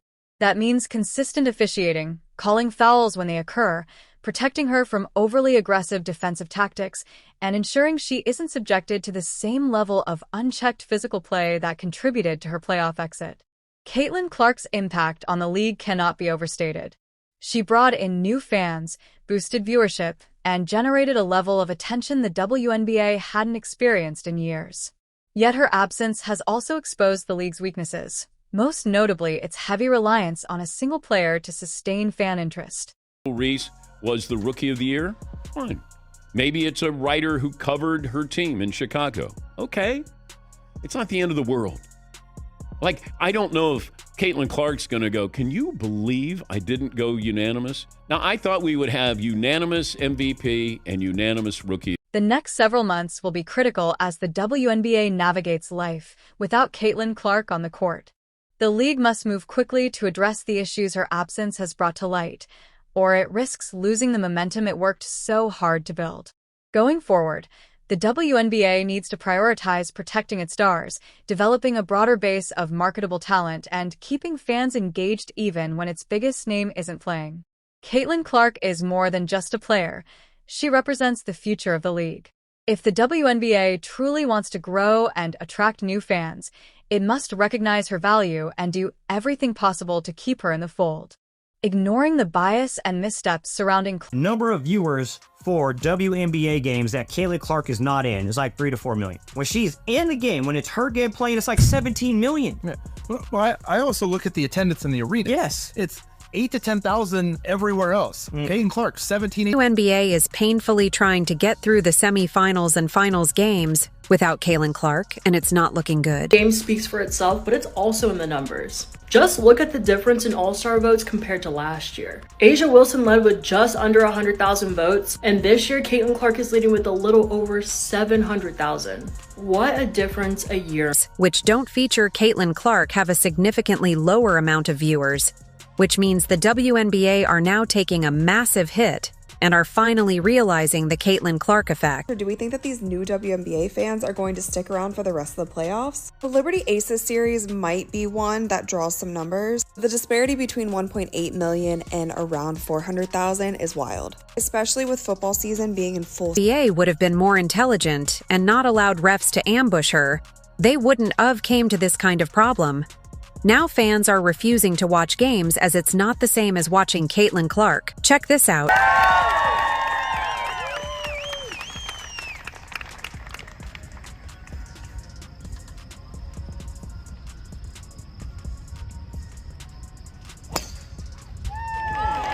Play golf and look at the fans that shown up. It's fair to say if Caitlin was still in the playoffs right now, the WNBA would have been bigger than ever. That have been calling for the equality, and now that there is the chance for them to start getting paid more because the exposure's up. Because it's her, you have people like, what's her name, Jamelia Hill or what? I can't stand her. Yeah. You got these women who are coming on here and they're saying it's because Caitlin faced some adversity throughout her season. Fans, media, and analysts trying their best to bring her down. But no, she has always kept her composure in press conferences and on the floor in a hard environment. Caitlin dominated the league. Caitlin balled out. Fans and experts looked something like this, using every excuse under the sun to try and put this generational talent down. Caitlin Clark on the USA team. If we put Caitlin Clark on the roster, we're gonna get tens or even hundreds of millions of fans to watch our game. And we sell out every game, even our exhibition game. Those things just don't matter. Women's basketball has never been about millions of people watching or selling out arenas. Come on now, give me some good reasons. Caitlin Clark just scored 30 points, 8 rebounds, 6 assists in front of 20,000 people. And in that game, she tied the rookie record with 7 made 3-pointers. I just don't see how those stats are important. I mean, she missed USA tryouts in April. Yeah, that's because she was playing for a college national championship. She couldn't do anything about that. That's not her fault. I'm just saying she could have been at USA. Before Caitlin Clark left her undeniable mark on the WNBA, she had already captivated the entire basketball world during her college career at the University of Iowa. Her performances in the NCAA weren't just impressive, they were groundbreaking, rewriting the standards of college basketball. Known for her scoring explosions and deep three-point shooting, Clark regularly delivered jaw-dropping moments that left commentators, coaches, and fans speechless. But now that Caitlin Clark is out, and again, like I said, she brought a whole new fan base. And I'm not going to say it was one race or another or one type of person. I believe that all different types of people really started embracing Caitlin Clark. Female, male, black, white, young, old. Caitlin Clark is just a superstar. That's what happens when you have a star. Then came into the league a star, and it was clear that she was never going to disappoint. Fans who had followed her path from Iowa were excited to see how her game would translate to the professional level, and they were not disappointed. Every time she stepped on the court, she delivered a performance that justified all the hype that had surrounded her coming into the WNBA. They were the most watched team in the league. An average of viewership, 1.1 million viewers each game in the regular season. Other games listed to this paled in comparison, drawing just about 394,000 viewers. On the numbers, what truly set Caitlin apart was her ability to elevate those around her. It's one thing for a player to dominate individually, but Clark consistently made her teammates better. Her court vision allowed her to create opportunities that many other players simply wouldn't see, and her leadership on the floor helped guide the Fever to several crucial wins throughout the season. Even as a rookie, she was often the player her team looked to in clutch moments, and she almost always delivered. It became clear that Caitlin Clark wasn't just a great young player, she was already one of the most influential players in the WNBA. The level of attention she brought to her games, both from fans and the media, was unmatched, and the WNBA quickly recognized that Clark had the potential to become the face of the league. WNBA, we've now earned enough money for every single team to fly private. So if we put her on the team, we're going to be able to fly private all the way to Paris and back. We have been fighting for private flights for so many years in women's basketball, but I mean, we can go back to commercial. That's something the league has been asking for so long. And now Caitlin has literally given that to us. All right, I made my decision. Okay, good. So you're going to put her on the team. The world's going to be so excited. Caitlin Clark has brought us millions of fans, hundreds of millions of dollars, and private flights. But at the end of the day, that's just not. The season, the Indiana Fever looked like a team on the rise. The Fever had all the makings of a team that could make a deep playoff run, especially with Clark at the helm. Their fan base, which had grown significantly over the course of the season, was full of hope that the Fever would be able to make a name for themselves in the playoffs. I'd just like to say congratulations to Caitlin Clark, #1 player on the planet right now. Let's go ahead and do this game today. You got your hands full. You're probably nervous because it's senior day. It's the last one here, but this crowd's gonna carry you through. So just keep focused. I know as soon as you drop that first three, it's gonna be all over.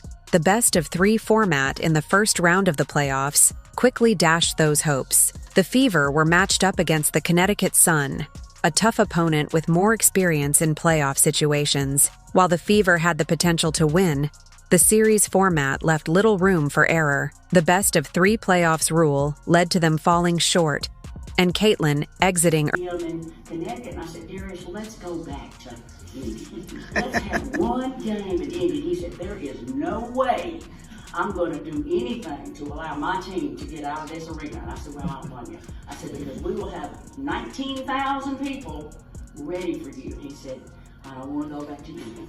But our players deserve a chance. Home game was particularly devastating for the Fever. As previously mentioned, the Fever had one of the most passionate and dedicated fan bases in the WNBA, regularly filling arenas with nearly 20,000 fans. That kind of home court advantage can make all the difference in a playoff series, especially for a young team like the Fever. In the end, the Fever were eliminated, and Caitlin Clark's rookie season came to an abrupt and disappointing end. The entire series felt like a missed opportunity, not just for the Fever, but for the WNBA as a whole. The league had lost one of its biggest stars far too early, and the rest of the playoffs would suffer because of it. To use a best-of-3 format in the first round of the playoffs has been widely criticized in the aftermath of the Fever's elimination. The WNBA, which has been trying to grow its fan base and increase viewership, missed a crucial opportunity to showcase one of its brightest stars on the biggest stage. 2023 season, the WNBA had grown by 40% viewership from 2022 to 2023. But with Caitlin Clark's arrival, it's grown by 400% viewership. What that means is, if the WNBA were continue to grow at the rate it grew from 22 to 23, it would take until 2028 to do what Caitlin Clark did. For example, uses a best-of-5 format in the first round of its playoffs. This gives teams more time to adjust, to recover from early losses, and to build drama over the course of a series. The WNBA's shorter playoff series, on the other hand, don't allow for that same kind of dramatic build-up. A best-of-3 series can be over before it really begins, and that's exactly what happened with the Fever. WNBA, which is still trying to carve out a larger share of the sports landscape, it's important to create as many marquee moments as possible. In a longer series, the Fever might have had the chance to turn things around, to get back to Indiana and play in front of their home crowd, and to keep the Caitlin Clark show going for a few more games. Instead, they were knocked out in just 2 games, and with them went a significant portion of the WNBA's playoff view. This group accomplished that, a lot of people probably didn't think was possible, one, to start the season, and 2, after the start we had to the season. So, yeah, it'll definitely be probably a little weird for me over the course of the first couple weeks, and then I'm sure I'll get bored and pick up a basketball again. So, the impact of Caitlin Clark's exit from the playoffs was felt in the league's viewership numbers. Throughout the regular season, the WNBA had seen a noticeable spike in fan engagement, much of it thanks to Clark's performances. She had become the main attraction for many casual viewers who might not have previously followed the league. But once the Fever were eliminated, those viewers began to tune out. The numbers were telling. Viewership for the games following Clark's exit dropped significantly, and even marquee matchups featuring other stars like A'ja Wilson and Breanna Stewart couldn't maintain the same level of fan interest. They were watching for Caitlin Clark, and without her, their interest waned. It's noise that I don't really listen to, honestly, because I'm in season. I have other things that we need to worry about than what other people have to say. I have a scout. I have 11 other minds on my team and in my locker room that we got to make sure that we're on the same mindset. So I really can't give you the best answer on that because I really don't pay any In viewership following Clark's exit is a wake-up call for the WNBA. The league has long struggled to compete with other major sports leagues in terms of television ratings and media attention, and Clark had provided a much-needed boost. Her ability to draw in fans, both through her on-court performances and her growing media presence, had been a game-changer for the league. But with her out of the picture, the WNBA was once again facing the reality of its smaller, niche audience. Hey, I'd just like to say congratulations to Caitlin Clark, #1 player on the planet right now. Let's go ahead and do this game today. You got your hands full. You're probably nervous because it's senior day. This is the last one here, but this crowd's going to carry you through. So just keep focused. I know as soon as you drop that first three, it's going to be all over. And viewership isn't just about losing one player. It's about losing the momentum that Clark had built throughout the season. For the WNBA, this momentum was crucial. The league had been making strides in recent years, slowly increasing its fan base and gaining more media attention. But the sudden loss of one of its brightest stars and the subsequent drop in fan interest has shown just how delicate that momentum can be. I feel like after the break, I still don't think she's dominating, but she's a different player than she was in the first half of the season. The media had been sending hate Caitlin's way. But it wasn't until her exit from the playoffs that the media and the WNBA itself truly realized just how significant the Caitlin Clark effect was. When Clark was on the court, viewership soared. People tuned in to see her play, and social media buzzed with clips of her highlights. But when she wasn't playing, the difference was Caitlin Clark is box office. She is a star. But you've known they were coming for you when you were waving your hands in your face to mock Caitlin Clark when you were beating her for the national championship. And so you knew they were going to come for you. You had to know. It quickly picked up on the fact that Clark's absence had a noticeable impact on the league's viewership, and they began to explore just how essential she had become to the WNBA's success. Caitlin Clark's exit from the playoffs was undoubtedly a blow to the WNBA. There were still plenty of stars left in the postseason, chief among them Aja Wilson. Wilson, a two-time MVP and one of the most dominant players in the league, had led the Las Vegas Aces to the playoffs once again and was looking to add another championship to her already impressive resume. But despite Wilson's incredible talent and leadership, she was unable to replicate the same level of viewership and fan engagement that Clark had brought to the league. This isn't a knock on Wilson. She remains one of the best players in the world and is beloved by WNBA fans. But it's a reflection of just how unique Clark's appeal had become. At that point, some of us felt like maybe she hadn't proved it in the WNBA, but at this point, she certainly has long been one of the WNBA's marquee players, and her performances in the playoffs were nothing short of spectacular. Yet, even with Wilson playing at an elite level, the excitement around the playoffs didn't match what it had been when Clark was still in the running. This speaks to the different kinds of appeal that players can have. While Wilson is undoubtedly a star, Clark had a way of captivating both hardcore basketball fans and casual viewers alike, bringing new energy and attention to the league in ways that few players ever have. Say, me and you, we were talking about this girl, Caitlin Clark. Oh, let me throw this out. By the way, it wasn't that anybody didn't think she was going to be successful or not play. It was just that we felt the other players in the W deserved. One of the most significant aspects of Caitlin Clark's story is her decision to take a long break from basketball following her team's early exit from the playoffs. After a grueling season in which she faced constant physical and mental challenges, Clark announced that she would be stepping away from the game for more than 200 days. This break is a chance for her to rest, recover, and focus on her well-being, but it also raises questions about what comes next for both Clark and the WNBA. For Clark, this break is an opportunity to recharge after what has undoubtedly been one of the most intense periods of her life. Being thrust into the spotlight at such a young age can take a toll on any athlete. And for Clark, who has been carrying the weight of being one of the league's brightest stars, the need for rest is understandable.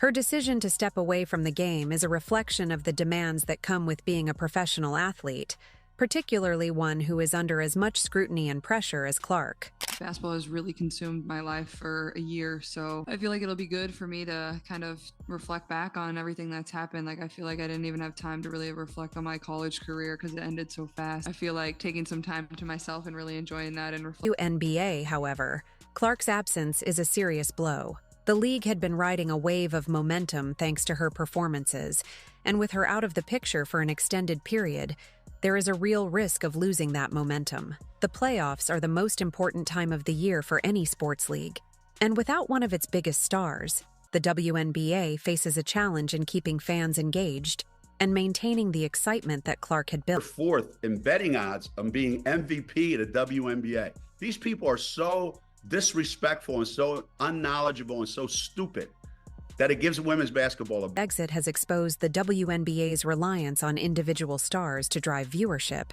and the league will need to diversify its appeal if it hopes to sustain growth in the coming years. The future of the league depends not just on individual stars, but on the collective talent and excitement that the WNBA can offer to its fans.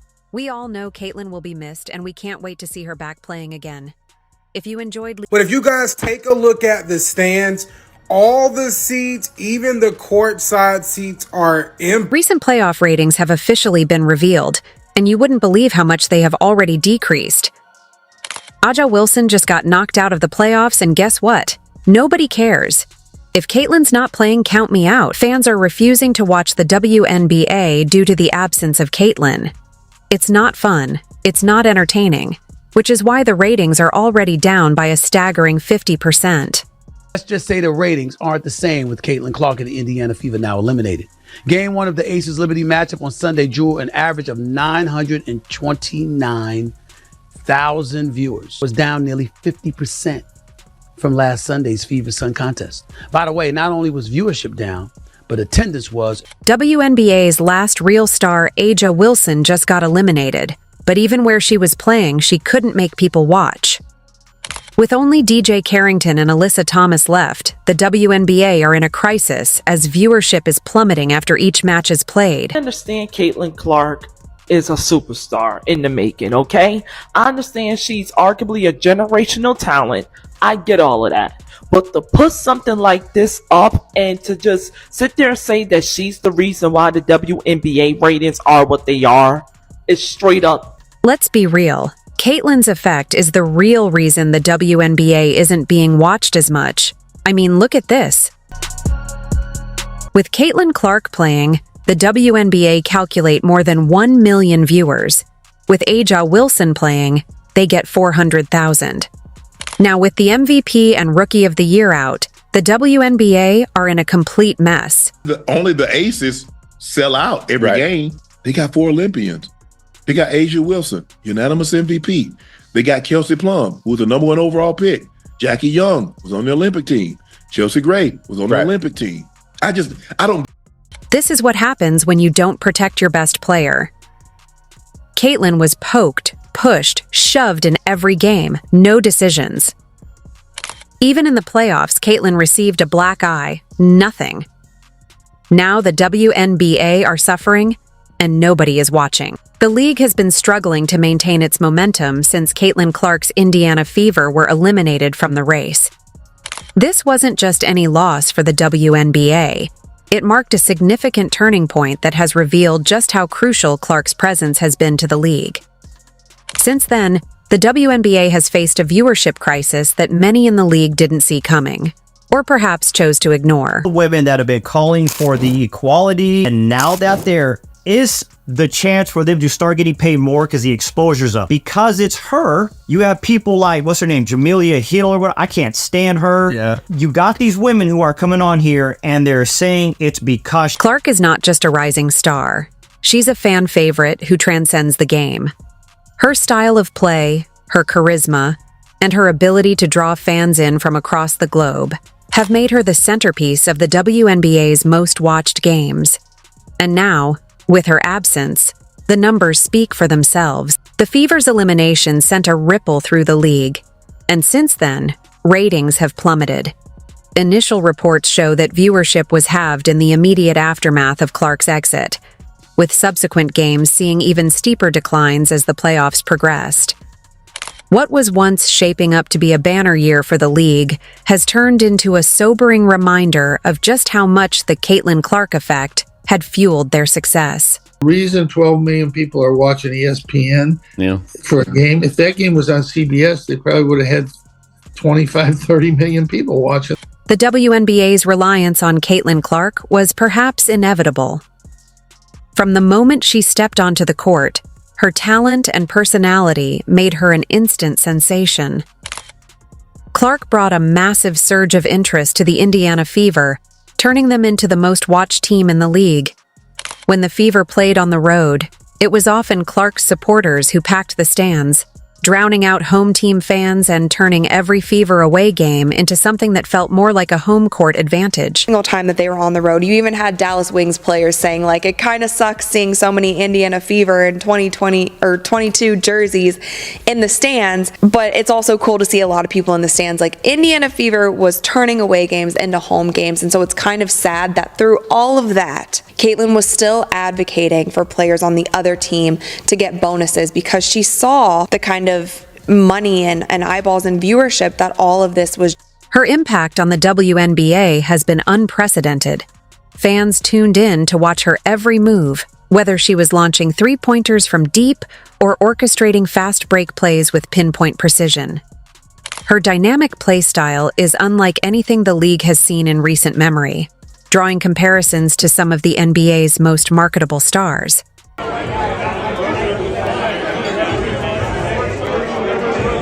Clark's ability to attract a new wave of young basketball fans who previously might not have been invested in the WNBA is nothing short of remarkable.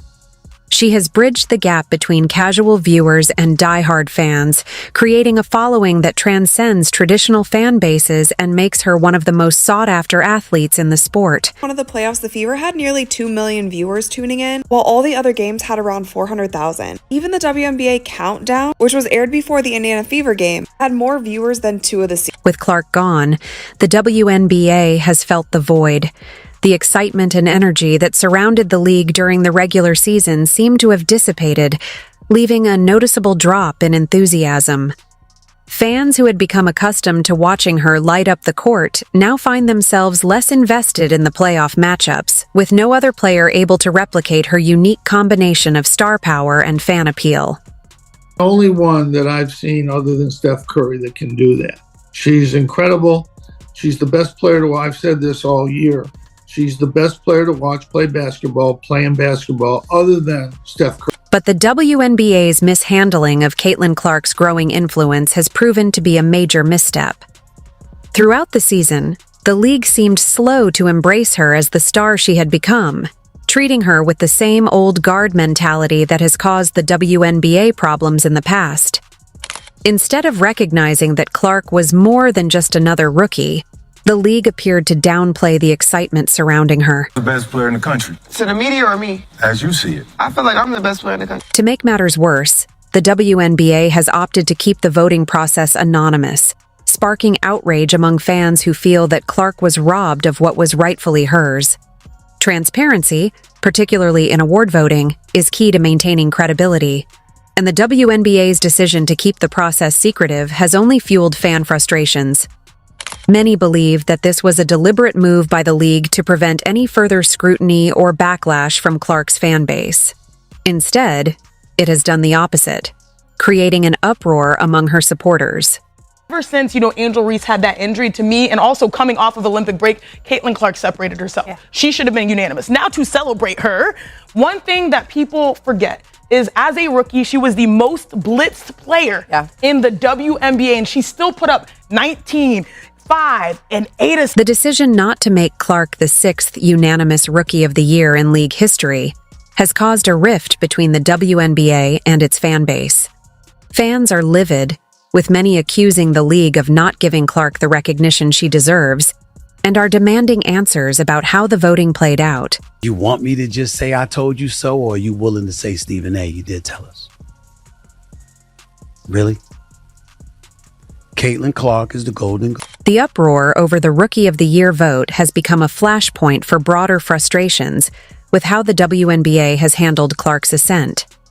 Many fans and analysts feel that her omission from such an accolade, especially after the impact she has had on the league, reeks of a larger issue. That the WNBA is resistant to change and unwilling to elevate its brightest young stars in the way other sports leagues do. Clark's supporters feel that the league's unwillingness to acknowledge her impact is a direct slap in the face, and the subsequent dip in viewership only seems to validate their concerns. If the WNBA cannot properly celebrate its biggest emerging talent, what hope does it have of keeping new fans engaged? The WNBA has been a mess this year. It has been so unprofessional, and they need to step it up, and they need to step it up quick, and they also need to, I don't know if an apology is warranted to Caitlin Clark, or they just need to, in general, do.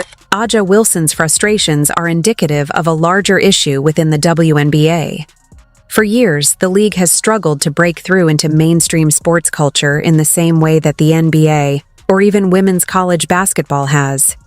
Wilson, Breanna Stewart, and Diana Taurasi have been some of the biggest names in the game for years, but none of them have managed to drive the same kind of engagement that Clark has in such a short span of time. WNBA's reluctance to fully embrace her star power has left many questioning its future. If the league cannot learn to capitalize on this kind of generational talent, it risks stunting its own growth. Clark is not just another promising player. She represents a massive shift in how fans consume the sport. This mishandling of Clark's growing influence could very well be a missed opportunity that the league will look back on with regret. Instead of propelling the WNBA into new heights, the hesitation to fully lean into Clark's stardom has left many wondering whether the league can truly evolve. This draft class, 2024, led by Caitlin Clark, it's going to be one. It's going to be one. They're going to remember this. Oh, yeah. And these salaries, these women salaries. It's going to continue to go up. Clark's influence isn't just felt on the court. She has single-handedly brought a fresh wave of fans to the WNBA, making this season the most watched in its history. Her highlight reel plays, her long-range shooting, and her fiery competitiveness have drawn in fans who might have otherwise never tuned in to a WNBA game. More than just a basketball player, Caitlin Clark has become a cultural icon, someone who transcends the sport itself. Just an amazing passer. Yeah. Probably one of the most creative passers I've ever seen, along with the Magic Johnson, that type of passer. She makes long, short pass, bounce pass. I mean, incredible passes. And her teammates have been really good. They catch them and they finish. I mean, they've done a really good job. Her appeal goes beyond traditional basketball fandom. She's drawn in new audiences, young and old, male and female, and from all over the world. Clark has become a symbol of excitement in women's basketball, and the league's failure to recognize this has not only alienated her massive fan base, but has also done damage to its own growth prospects. As the playoffs continue without Clark, the WNBA finds itself in a precarious position. The drop in viewership is not just a short-term issue. It could have long-lasting effects on the league's overall popularity. Ratings have continued to nosedive, leaving the WNBA scrambling to understand how they lost the momentum they had built over the course of the season. With each game that passes, the Caitlin Clark effect becomes more and more apparent. Fans who once tuned in religiously have begun to lose interest, and even Aja Wilson's star power hasn't been enough to stop the bleeding. Wilson and other players have done their best to keep the league relevant in Clark's absence, but the void left by her departure has proven too large to fill. The WNBA is now forced to confront the reality of its decisions and the consequences of not properly appreciating what Clark brought to the table. I feel like after the break, I still don't think she's dominating, but she's a different player than she was in the first half of the season. Clark's future in the WNBA is now a topic of much speculation. While she remains under contract with the Indiana Fever, there are growing concerns that she could look to take her talents overseas, particularly to the EuroLeague, where players are often paid more and treated with a higher level of respect. The EuroLeague offers lucrative contracts and a basketball environment where players like Clark are valued for their star power and influence both on and off the court. Me, Angel may have exceeded expectations even more so than Caitlin. Yep. And the reason why I say that is when you're drafted number one, you're drafted number one for a reason. And when you look at her career in college, Caitlin was a great collegiate player. When you look at Angel drafted number 7, the expectations people had on her were, to me, weren't the same as the player that's drafted number. WNBA doesn't make significant changes to how it treats its star players, particularly those like Clark who have the potential to elevate the league to new heights. It risks losing them to other leagues entirely. The thought of Clark taking her talents abroad may seem far-fetched now, but it's not out of the question if the WNBA continues to mishandle its most valuable assets. The WNBA must now face the stark truth. Caitlin Clark is not just a player. She is a movement, a cultural force that has redefined what women's basketball can be. If the league doesn't adjust its approach and embrace its emerging stars, it could lose more than just ratings. It could lose the future of the sport. Customer, the audience didn't feel that way. They did not give a damn about the WNBA. Is that fair to the ladies? No, it isn't fair. But they're the paying customer. You don't tell them what they want. They tell you what they want. And they really were not feeling the WNBA to the degree that they're feeling the WNBA now. League is at a crossroads. On one hand, it has the potential to grow exponentially by leaning into the popularity of players like Caitlin Clark. On the other hand, if it continues to ignore the clear signs of her impact, it could see itself slipping back into irrelevance. The 2024 season was supposed to be a turning point, a year when the WNBA capitalized on its growing fan base, increased exposure, and rising star power. But instead, it has become a cautionary tale of what happens when a league fails to recognize its greatest asset. Allow Caitlin Clark, if you were her coach, to shoot the way she shoots? And further back if she wants. There's no bad shot then for her. He's like Steph. Exit from the playoffs has revealed more than just a temporary ratings dip. It has exposed a deeper issue: the league's reluctance to fully embrace its emerging stars and modernize its approach. While the WNBA has made strides in recent years, it is still lagging behind in areas like marketing, fan engagement, and player promotion. Players like Aja Wilson and Brianna Stewart have all helped push the league forward, but Caitlin Clark's arrival was different. The WNBA must decide how to better showcase its stars, give them the recognition they deserve, and stop the slide in viewership that has occurred since Clark's elimination from the playoffs. The decline in ratings is not just about losing one player. It's about a larger failure to build momentum around those who can drive the league's future. We have not seen any commercials. We have not seen any ads. We have not seen any Caitlin Clark merchandise. And we, for sure as hell, have not seen any Caitlin Clark signature. You would not believe it. Nike have finally broke their Caitlin Clark silence, but not before Adidas. Adidas were miles ahead to congratulate Clark on her Rookie of the Year success. First season. Congratulations to Caitlin Clark, the 2024 WNBA Rookie of the Year. Ugly shirt for Caitlin Clark's Roadie Award got sold out in 50. This is what Nike awarded Caitlin for her record-breaking first WNBA season. A t-shirt, that's it. Nothing was said about her own shoes. Whilst Aja Wilson has been awarded promotions and being the heart of Nike's WNBA push. How do you miss an opportunity like that? How do you not capitalize? It doesn't make any sense at all. And playing the politics where, oh, we need to release Asia's shoe first. Well, no, it's not Caitlin's fault that you haven't done anything for Asia. So even though it was a crappy shirt with Caitlin's records on, it sold out within 50 minutes. That shirt would have taken them 5 minutes to make, and yet still sold out in record-breaking time. Better than Aja Wilson's ever done for Nike. Okay, now let's not talk viewership, let's talk ticket sales. Bear with me. Ticket sales grew in 2023 by 16% from 2022. Ticket sales have grown by 93% in 2024. What that means is without Caitlin Clark, the WNBA would have taken till 2029 or 2030 to get to where Caitlin Clark has got. How can Nike produce such a plain shirt after an amazing season? I'm sure if Caitlin was with Adidas, she would have been given her own shoe by now, and it would have been sold out everywhere. How many Caitlin Clark products has Nike released so far after signing her? How many good products? Still zero. Of sports, few athletes are as polarizing as Caitlin Clark, the young basketball prodigy who has taken the game by storm. The Iowa standout has shattered records, drawn comparisons to the legends of the game, and become the face of women's basketball, even in her rookie season.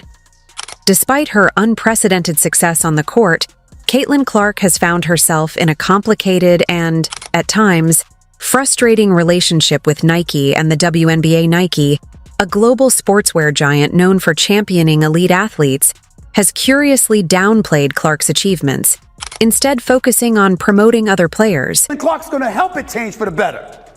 All of a sudden, we going to see Asia Wilson. She may get some more shine because she's that girl. Diana Taurasi going to get more shine because we know what she brings to the table. Ionescu, she's going to get more shine. Others, black, white, everything in between. It's about the ladies, now more so than ever. However, there's one brand that has been more than willing to embrace her, Adidas. Recently, legend Billie Jean King, herself an icon in the world of sports and an Adidas ambassador, praised Caitlin Clark for her remarkable season and her win as the WNBA Rookie of the Year. King's endorsement came at a time when even Nike, Clark's official sponsor, had yet to fully acknowledge her accomplishments. This praise wasn't just another compliment. It underscored how significant Clark's influence is. Meanwhile, Nike has been under heavy scrutiny for its apparent reluctance to fully back Clark, even as they continue to push other athletes in the WNBA, most notably Aja Wilson. Wilson is undoubtedly an outstanding player, but here's the kicker. Caitlin Clark outsells nearly every other player in the league. Despite her overwhelming popularity, Nike has been slow to recognize her greatness. In contrast, Adidas seems to have recognized her influence much sooner, aligning themselves with a star that many believe is the future of women's basketball. Kid's on the wrong team. She's got the wrong skill set to handle the physicality of that league. And she's a rookie, targeted by society, targeted by her looks, targeted by her reputation, targeted by the disrespect that they've shown to the WNBA. She said, no, they're expecting this rookie class to be perfect. This rookie class isn't even one of the best rookie classes in the last 10 years. Billie Jean King, who has long been a champion for equality in sports, didn't hold back when praising Caitlin Clark. King applauded Clark's dedication, her record-breaking performances, and the undeniable influence she has had on the game. For King, it wasn't just about the Rookie of the Year title or the countless accolades that came Clark's way. It was about the raw passion and love for the game that Clark displays every time she steps on the court. Clark's Rookie of the Year win wasn't just a reflection of her talent, but also a moment of vindication. Throughout her rookie season, she not only faced tough competition on the court, but also backlash and neglect from an unexpected source, Nike, her own sponsor. Despite her meteoric rise, Clark has had to deal with the frustration of being overlooked by the very brand that should be amplifying her success. As one of Nike's athletes, Clark should have been at the forefront of their marketing campaigns, especially given her marketability and popularity. Yet, despite her undeniable impact, Nike has largely focused its attention on promoting other athletes. Is Caitlin Clark currently the face of the WNBA? Yes. Do I think if Asia Wilson dropped a shoe and Caitlin Clark dropped a shoe today at the very same time, that Caitlin Clark would outsell Asia's shoe by 100 times? Yes, I think that would be the case. Nike's primary focus has been on Aja Wilson, another remarkable player. Wilson, no doubt, is a phenomenal talent. She's a multi-time MVP, a WNBA champion, and a dominant force in the league. There's no denying that Caitlin Clark has emerged as the new face of women's basketball, both in terms of her on-court performance and her ability to connect with fans. The reality is that Clark outsells nearly every player in the league, including Wilson. Her jerseys fly off the shelves, and her games draw significant viewership. So why does Nike continue to prioritize Wilson, even when it's clear that Clark is the bigger draw? One of the hottest selling jerseys in sports, y'all, according to Fanatics, led by the one and only Michael Rubin. Clark's Indiana Fever jersey is apparently sold out in all sizes. It was rumored that she actually outsold Dallas Cowboy jersey. It's a question that fans and analysts alike have been asking. Despite Wilson's well-deserved accolades, her merchandise sales and overall marketability don't compare to Clark's. The fans have noticed this discrepancy, and it's become a point of contention. Clark's appeal extends beyond just basketball purists. She's captured the attention of casual fans, young girls who dream of playing like her, and even those who had previously not paid much attention to women's sports. Her game is electrifying, and her potential to elevate the WNBA is immense. To realize the Indiana Fever, this is the second year in a row they had the #1 pick. So do y'all know what that means? That means they're not that good. Clark's rookie season has been one for the history books. She didn't just perform at a high level, she dominated the competition. Her ability to shoot from anywhere on the court, distribute the ball with precision, and lead her team with the intensity of a seasoned veteran set her apart from other rookies. Her performances weren't just about individual glory. She helped bring attention and much-needed excitement to the WNBA. She's the type of player the league desperately needs to draw in viewers and grow its audience. There is a Caitlin Clark effect on all of basketball, and especially on women's basketball ratings. Kudos to her. She has elevated an entire sport. Yet, oddly, the WNBA has been slow to fully embrace her as the face of the sport. Even though Clark's Rookie of the Year win was leaked over a week ago, the league has only just officially announced it. Oh, and she didn't even win it unanimously. This delay had raised eyebrows among fans and media alike, with many wondering why the WNBA isn't capitalizing on Clark's growing stardom. To some, it feels like resistance, a reluctance to fully acknowledge that the future of the league is now tied to a 22-year-old. Caitlin Clark has created more buzz around the basketball landscape and has actually transformed and revived a league that was the WNBA, and she is getting paid a measly $28 million. With her immense talent, marketability, and fan base, Clark is positioned to take the WNBA to new heights. However, both the league and Nike seem hesitant to fully back her, and it's a hesitance that's hard to understand. For now, the spotlight shines brightly on Clark, but it remains to be seen whether the institutions meant to support her will finally embrace her potential. The backlash against Caitlin Clark isn't new, but the fact that it's now coming from Nike, one of the biggest names in sports apparel, has left many fans scratching their heads. Despite her undeniable success on the court and marketability off it, Clark has faced a steady wave of criticism and, frankly, hatred. But this situation seems to go beyond the typical scrutiny that comes with fame. It's not just about her performance, it feels more personal. Somebody coming along and elevating the sport shine ultimately benefits you. Go out there, compete with her, try to bust her up if you want to, and all of that stuff. Just don't hate on the acclaim that she... There are layers of bias, jealousy, and perhaps fear that this young star is reshaping women's basketball and the league itself in ways that make certain people uncomfortable.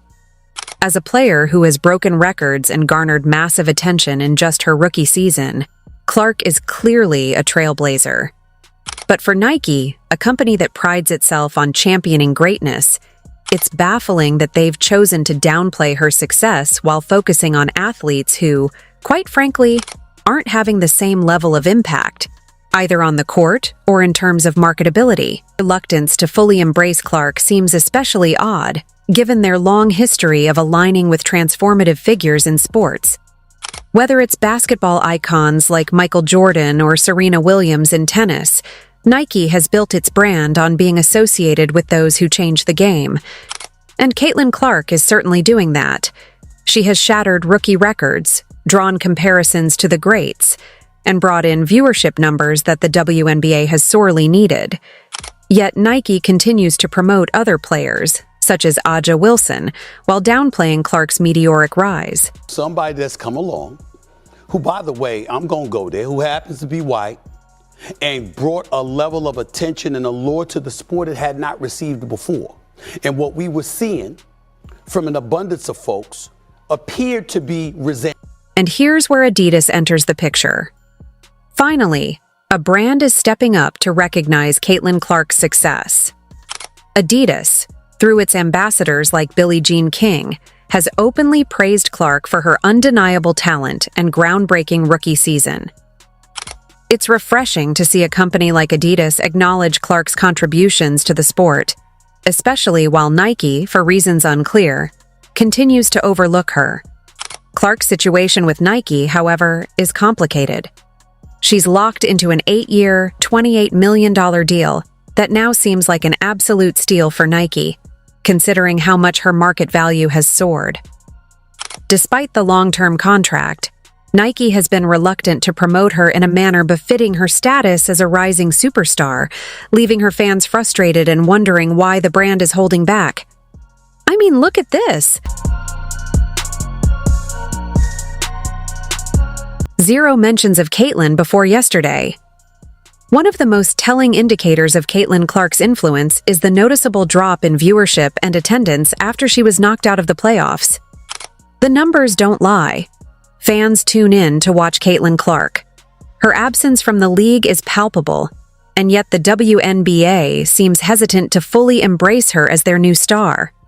Whether it's due to internal politics, long-standing biases, or an unwillingness to accept a new face of the league, the WNBA's hesitance to crown Clark as its future has left many fans confused and frustrated. They don't want it to grow if it's certain people at the face. And there is still this undertone of jealousy that for some reason I cannot get around calling it anything else but that, because I don't know what else it could be. I thought it was going to get better this season, but it hasn't. There are still people who seemingly, to me, feel like they just don't want Caitlin to be a... Clark's impact goes beyond just her play.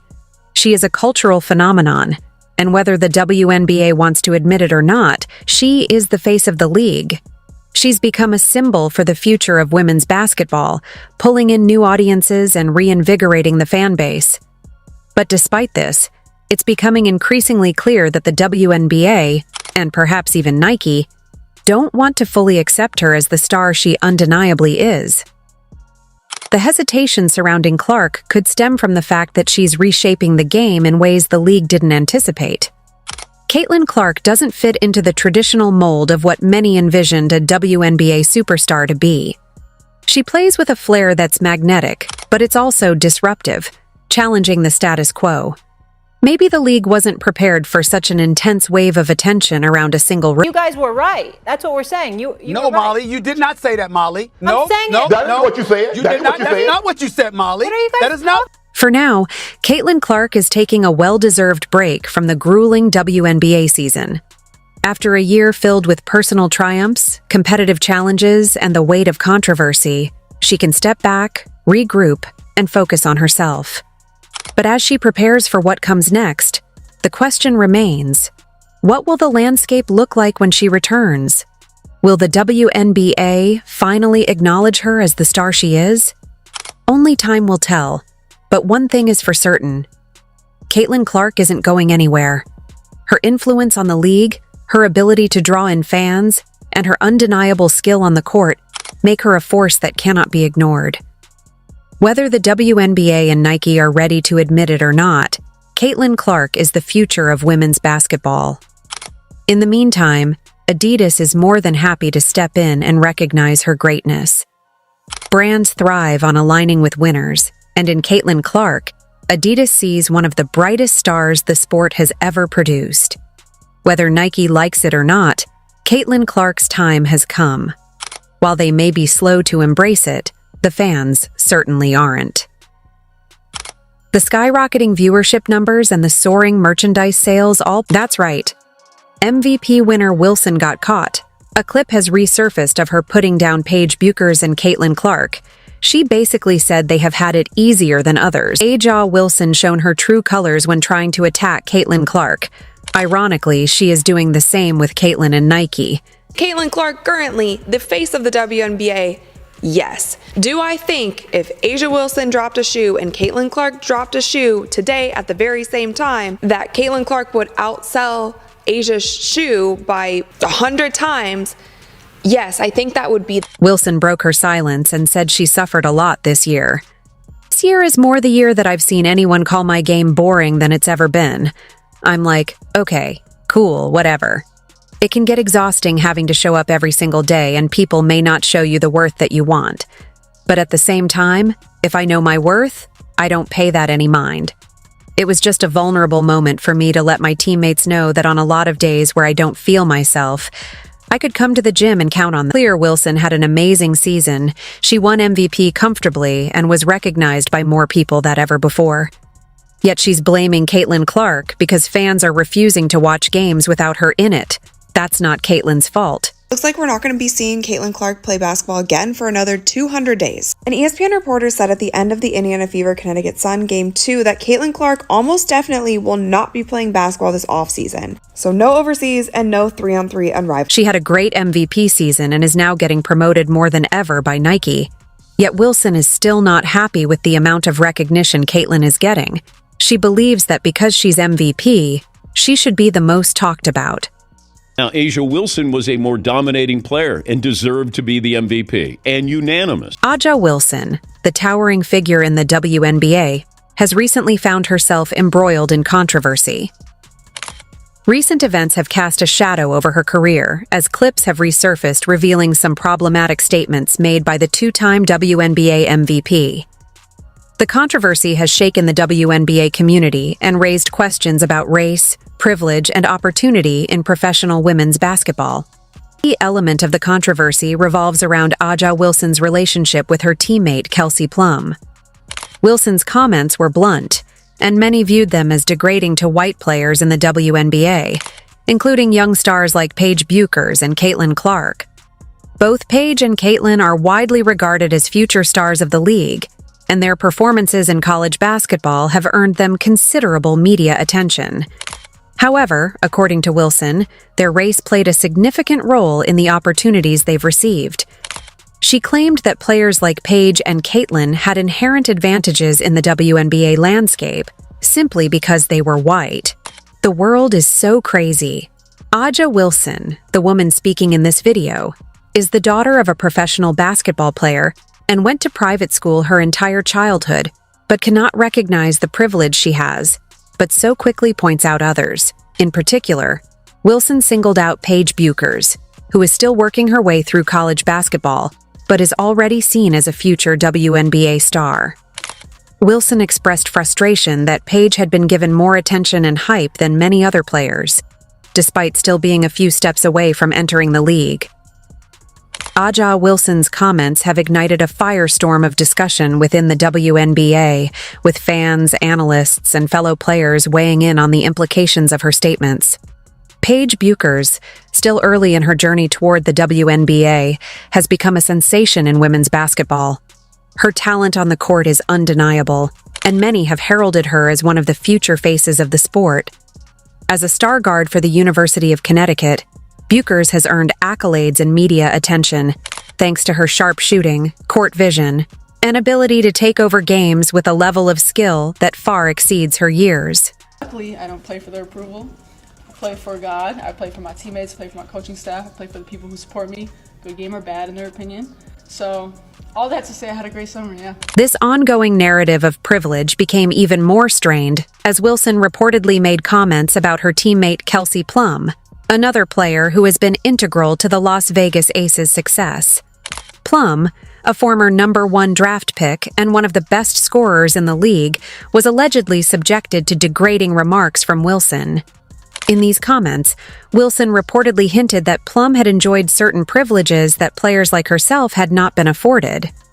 While Plum has had her own share of struggles on her way to becoming one of the WNBA's top guards, this was not just a general critique of the league, but a direct jab at Plum's personal journey as a professional athlete. Caitlin Clark, Dawn Staley, the great Dawn Staley, who I revere, by the way. But she was playing the way she's playing now. Well, wait a minute. You know she had the potential. Playing amongst other stars, with her marksmanship, she could have made big things happen. With her passing ability, she could have made things happen. Then she would have drawn excitement and eyeballs, and people the world over would have been watching her, which would have assisted in the elevation of the WNBA brand, which would have benefited. Caitlin Clark, another rising star and a player who has been turning heads with her performances, has also been a target of Wilson's criticism. Clark, fresh off her Rookie of the Year campaign, had been one vote shy of being a unanimous selection for the award. That single dissenting vote went to Angel Reese, sparking further controversy. Reports suggest that Wilson wasn't thrilled with the idea of Clark being promoted as the league's next big star, despite Clark's undeniable talent. Nike, a company that has long partnered with the biggest names in sports, including Aja Wilson herself, found itself caught in the middle of this controversy. As a global sportswear giant, Nike has been strategic in who they promote, especially in the world of basketball, where personalities and marketability go hand in hand with athletic performance. According to insiders, Wilson had expressed her displeasure with the idea of Nike promoting Caitlin Clark, a young star rising through the ranks with immense talent and fan appeal. For Wilson, this wasn't just about competition on the court, it was about maintaining her status at the top of the WNBA's hierarchy. With Clark's rising star and growing media attention, Aja felt that her own position as a two-time MVP and dominant figure in the league might be overshadowed. Voice that I don't really listen to, honestly, because I'm in season. I have other things that we need to worry about than what other people have to. This put Nike in a difficult position. As a major sponsor of the WNBA and key players like Wilson, Nike had to balance loyalty to one of their biggest stars while also acknowledging Clark's potential. Caitlin Clark's popularity was skyrocketing, with her electrifying performances making her one of the most talked about young athletes in the sport. Nike couldn't ignore her ability to attract fans, especially given her appeal to a younger generation of basketball enthusiasts. They later released this top, and it was sold out in less than an hour. Nike's ugly-ass shirt for Caitlin Clark's Roadie Award got sold out in 50 minutes. Somebody coming along and elevating the sport shine ultimately benefits you. Go out there, compete with her, try to bust her up if you want to, and all of that stuff. Just don't hate on the acclaim that she's. They recognized that Caitlin, with her charisma and star power, could sell more products, especially as she continued to dominate on the court. However, Aja's position as one of the faces of the WNBA and a player with a significant following made it difficult for Nike to simply pivot their promotional efforts toward Clark without causing tension. Somebody that's come along, who, by the way, I'm going to go there, who happens to be white, and brought a level of attention and allure to the sport it had not received before. And what we were seeing from an abundance of folks. For months, Nike refrained from aggressively promoting Caitlin Clark, reportedly at Wilson's behest. Aja, by all accounts, had demanded more visibility for herself, feeling that her accomplishments, including her MVP titles and leadership on the court, warranted a higher level of promotion. She argued that as a player who had already proven herself at the highest level, she deserved to be the focal point of Nike's marketing efforts within the WNBA. However, Nike, realizing the potential market value of Caitlin Clark, eventually had to reconsider. Clark's rising popularity and her undeniable talent made her a prime candidate for Nike's campaigns, and after a long pause, they finally posted about her, much to the excitement of her growing fan base. This move didn't come without complications. Caitlin Clark's Rookie of the Year victory was a significant milestone, but it was marred by the fact that her win wasn't unanimous. Angel Reese's lone dissenting vote stirred controversy and added fuel to the ongoing debate surrounding Clark's ascent. For many, the fact that Clark did not win unanimously was seen as symbolic of the division in the league, with some questioning whether personal biases had influenced the voting. This debate created additional tension, as Clark was finally being given the spotlight, but the narrative surrounding her achievement was clouded by controversy. If you really feel like Angel Reese was the Rookie of the Year, then just own it. I don't care. I don't think Caitlin Clark's going to care. As Caitlin Clark begins to step into the limelight, the tension in the WNBA is palpable. Fans are excited to see what she will accomplish next, especially given her remarkable talent and the attention she's already garnered. However, the division within the league is becoming more apparent than ever. A'ja Wilson, once celebrated as a trailblazer and a unifying figure in women's basketball, now finds herself facing backlash for her actions. For Nike, the situation remains delicate. As they continue to promote both players, they will need to navigate the complexities of this controversy, ensuring that they remain aligned with the values of inclusivity and fairness that they have long espoused. For now, it remains to be seen how the dynamics within the WNBA and Nike's marketing strategies will evolve as Clark's star continues to rise and Wilson fights to maintain her place at the top. With it, I thought she would be unanimous. I mean, it's not even close because I said the most important person in the league is Caitlin Clark and should be a top 5, if not, it should have been a top 3 MVP. It's clear that A'ja Wilson is no fan of Caitlin Clark, despite the undeniable talent and viewership Clark has brought to women's basketball. Even though Clark has done nothing but perform at an incredibly high level, she's become a target for criticism, with A'ja leading the charge. Many have argued that Wilson's actions reflect her insecurities about her place in the league and her desire to maintain her dominance at the top. However, others defend her, saying that A'ja is simply voicing a very real issue about race and privilege in the sport. For Caitlin Clark, this moment of triumph, winning Rookie of the Year and finally receiving attention from Nike, is bittersweet. Yes, she's getting her flowers, but it comes at a time when the WNBA seems more divided than ever. The fact that she was one vote shy of a unanimous win, coupled with A'ja's continued opposition to her promotion, has cast a shadow over what should be a moment of celebration for the young star. Pretty impressive for Caitlin to win Rookie of the Year in a dominant fashion when it is going to be one of the great rookie classes in the history. Angel Reese, who was the lone dissenting vote in the Rookie of the Year decision, has also found herself caught in the crossfire. While many celebrated Clark's performance this season, Reese's vote has ignited debates about whether personal biases are affecting the way players vote on league awards. A'ja Wilson has long been a beloved figure in the WNBA. Her story of overcoming adversity and becoming one of the league's most dominant players has inspired countless fans. But now, many are questioning whether she's allowing her personal grievances to affect her treatment of other players in the league. I would have loved to have been valued as a basketball player. I would have been loved to have been spoken about just for my play. I think everybody in the league can say that. But nobody ever let us do that. So what happened? We started to build. As fans, analysts, and fellow players continue to dissect these events, it's clear that the dynamics within the WNBA are shifting. Players like Caitlin Clark and Paige Buchers represent the future of women's basketball, but they're stepping into a league where privilege and opportunity are hotly debated topics.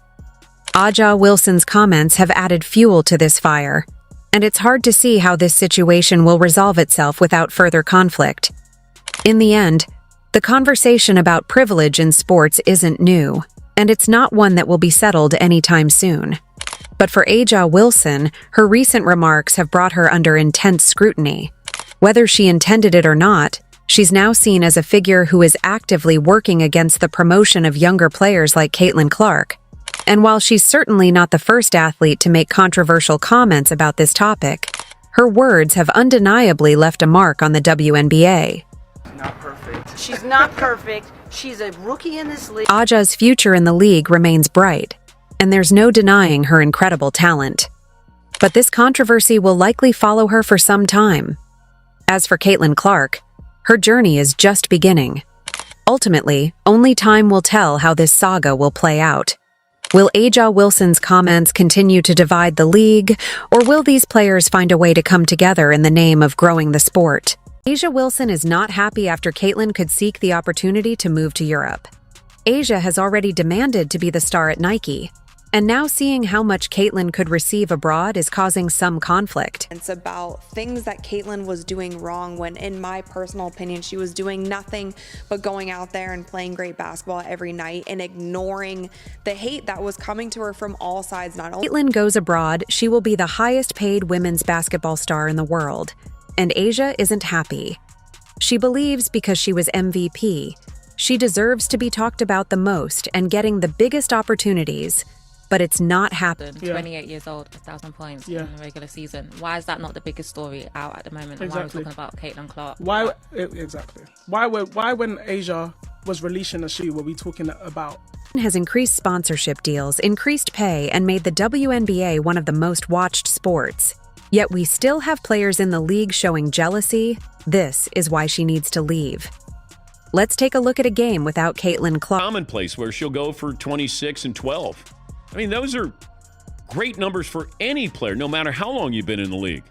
She's learned how to play the game, and she said, I had to learn how to play the WNBA. I believe she's the star, even though before Caitlin arrived, there wasn't any fans watching the WNBA.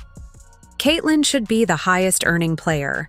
Let's hope she moves abroad and shows players like Asia Wilson how it will be without her. Let's take a look at the stands. All the seats, even the courtside seats, are... Potential of Caitlin Clark signing a contract with a European basketball league has sent shockwaves through the WNBA. Europe has long been known as a haven for top talent across many sports, with competitive leagues offering lucrative contracts and international recognition. For Caitlin, the financial incentives of playing in Europe are significant. With salaries often exceeding those offered by the WNBA, Europe presents an opportunity to secure a financial future while continuing to dominate the game at a high level. Moved home games to bigger arenas when Indiana came to town to accommodate more fans. I'm not finished. Attendance for the entire league is up nearly 50% this year, and Indiana leads all teams with an average attendance of 17,035, up 319% from Wilson has made her feelings about Caitlin Clark's Europe contract clear, and at the heart of her frustration is the issue of money. For Asia, who has been a dominant force in the WNBA for years, the idea that Caitlin could earn more abroad stings. It's not just about financial security, it's about the recognition that comes with being the highest paid player. Earning more means being valued more, and for Asia, this shift in earning potential threatens her status as one of the league's top players. In the world of professional sports, salary often equates to respect. The highest paid players are often seen as the most valuable, both on and off the court. Asia, who has worked tirelessly to build her brand and solidify her position in the WNBA, now faces the uncomfortable reality that Caitlin's rising star might eclipse her own. For someone who has been the face of the league for years, this is a difficult pill to swallow. The most loved teams in the WNBA to being riddled with so much drama this season. Asia Wilson was under fire last week for the privileged comment that she made to Kelsey. Not just about money. Asia's reaction to Caitlin's Europe contract is also rooted in the fear of losing her place as the league's leading figure. For years, she has been the go-to name when discussing women's basketball, but Caitlin's rapid ascent has changed that.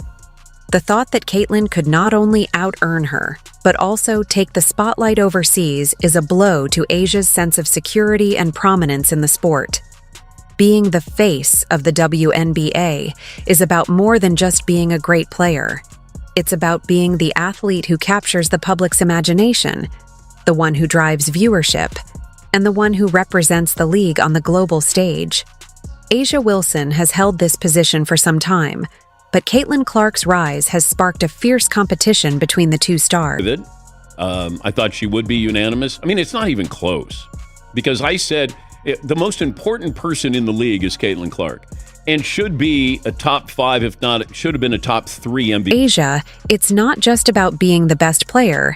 It's about remaining relevant in a rapidly changing landscape, where Caitlin's name is becoming synonymous with the future of women's basketball. One of the most visible differences between Asia Wilson and Caitlin Clark is how fans perceive them. Caitlin has quickly amassed a loyal following, with fans eagerly supporting her both on and off the court. Her social media presence is strong, and her games attract impressive viewership numbers. This has created a noticeable divide between the two players. Asia, despite her years of success, has not been able to capture the same level of fan loyalty that Caitlyn seems to command effortlessly. Why has Caitlyn been able to draw in fans so quickly, while Aja struggles to maintain the same level of admiration? Part of it is the excitement of new talent. Fans are always drawn to the next big thing, and Caitlyn's entry into the WNBA has provided a fresh narrative for the league. Fans see her as the future of the sport, while Asia, despite her consistent dominance, is seen as part of the league's past. Be the MVP and you only got one win out of that series. That's why I think, now I wonder if they had a 5-game series in the first round, there might be a possibility they may not win. Asia, this lack of fan recognition is a point of frustration. She has worked hard to build her legacy, and yet she finds herself overshadowed by someone who has only just begun making her mark. This isn't just about losing fans, it's about losing relevance in a league where fan loyalty can make or break a player's career. Asia's concern is that as Caitlyn's army of supporters grows, her own fan base may dwindle, leaving her in a less powerful position both in the league and in the public eye. Winning MVP should have solidified her as the face of the WNBA, but instead, she's watching as Caitlyn takes over the spotlight. Puzzling aspects of Caitlyn Clark's rise is the league's apparent reluctance to fully embrace her. Despite all that Caitlyn has done for the WNBA, both in terms of viewership and advocacy, she has faced resistance from within the league. This resistance is surprising, given that Caitlyn has not only elevated the profile of women's basketball, but also introduced meaningful changes, such as chartered jets for player travel. Why would the WNBA, an organization that should be celebrating its stars, treat Caitlyn this way? Part of the answer lies in the nature of change. Caitlyn represents a new era of players, one that challenges the status quo. They got the #1 pick. You gotta be bad to get the #1 pick. And she led them to their first 20-win season in almost a decade. She led them to the playoffs. I mean, the girl deserves outspokenness. Her rapid rise to fame and her willingness to push for better conditions have made her a controversial figure. For some, she is seen as a threat to the established order, a player who is shaking up the league too quickly. But this resistance is also about power. Caitlyn's influence has grown to the point where she can make demands, and that kind of power can be uncomfortable for those who are used to controlling the narrative. James had tennis shoes in his rookie year. He didn't have a fraction of the impact on the NBA that Caitlyn Clark has had. League's reluctance to fully support Caitlyn reflects a broader tension between maintaining control and allowing players to have a voice. Caitlyn Clark's contributions to the WNBA go far beyond her on-court performances. One of the most tangible impacts she's had on the league is the introduction of chartered jets, which significantly improved the travel conditions for players.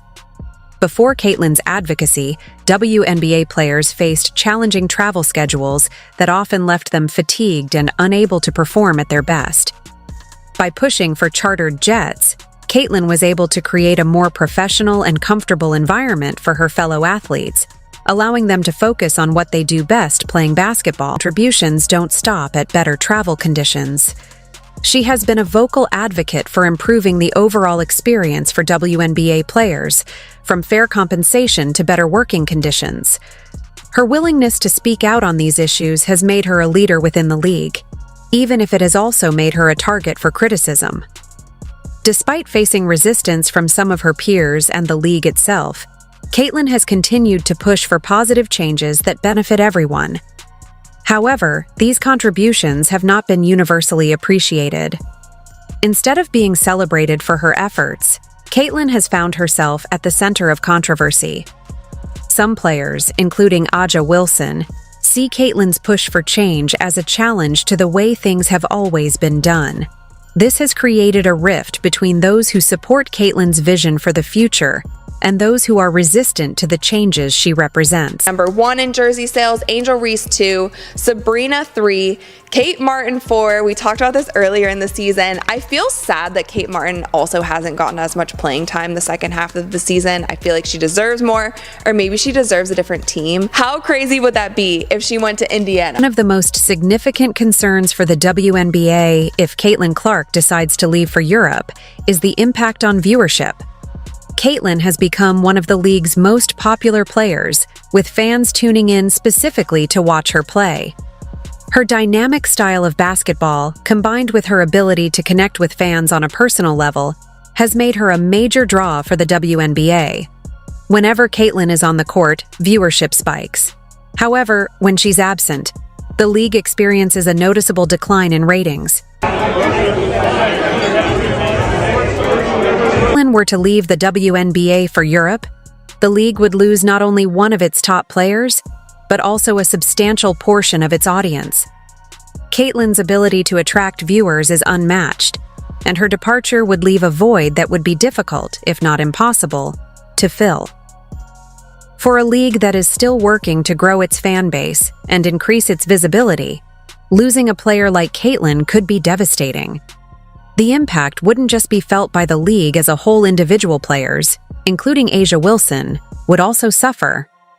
With fewer fans watching games, sponsorship deals and endorsement opportunities would likely decrease, affecting players' earnings and their ability to build their personal brand. Customer, the audience didn't feel that way. They did not give a damn about the WNBA. Is that fair to the ladies? No, it isn't fair. But they're the paying customer. You don't tell them what they want, they tell you what they want. And they really were not feeling the WNBA to the degree that they're feeling the WNBA now, obviously because of Caitlin, who has already expressed frustration over Caitlin's rising star, would face an even more difficult situation if Caitlin leaves and takes a large portion of the audience with her. A'ja Wilson's frustrations with Caitlin Clark extend beyond the court and into the world of endorsements, particularly with Nike. A'ja, who has been a Nike athlete for years, has worked hard to build her brand and secure her position as one of the company's top athletes. However, despite Caitlin's rising popularity, Nike has been slow to fully embrace her.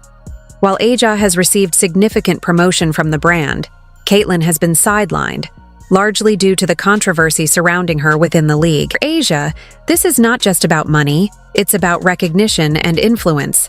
Endorsements play a crucial role in an athlete's career, shaping their public image and providing them with the financial means to continue competing at the highest level.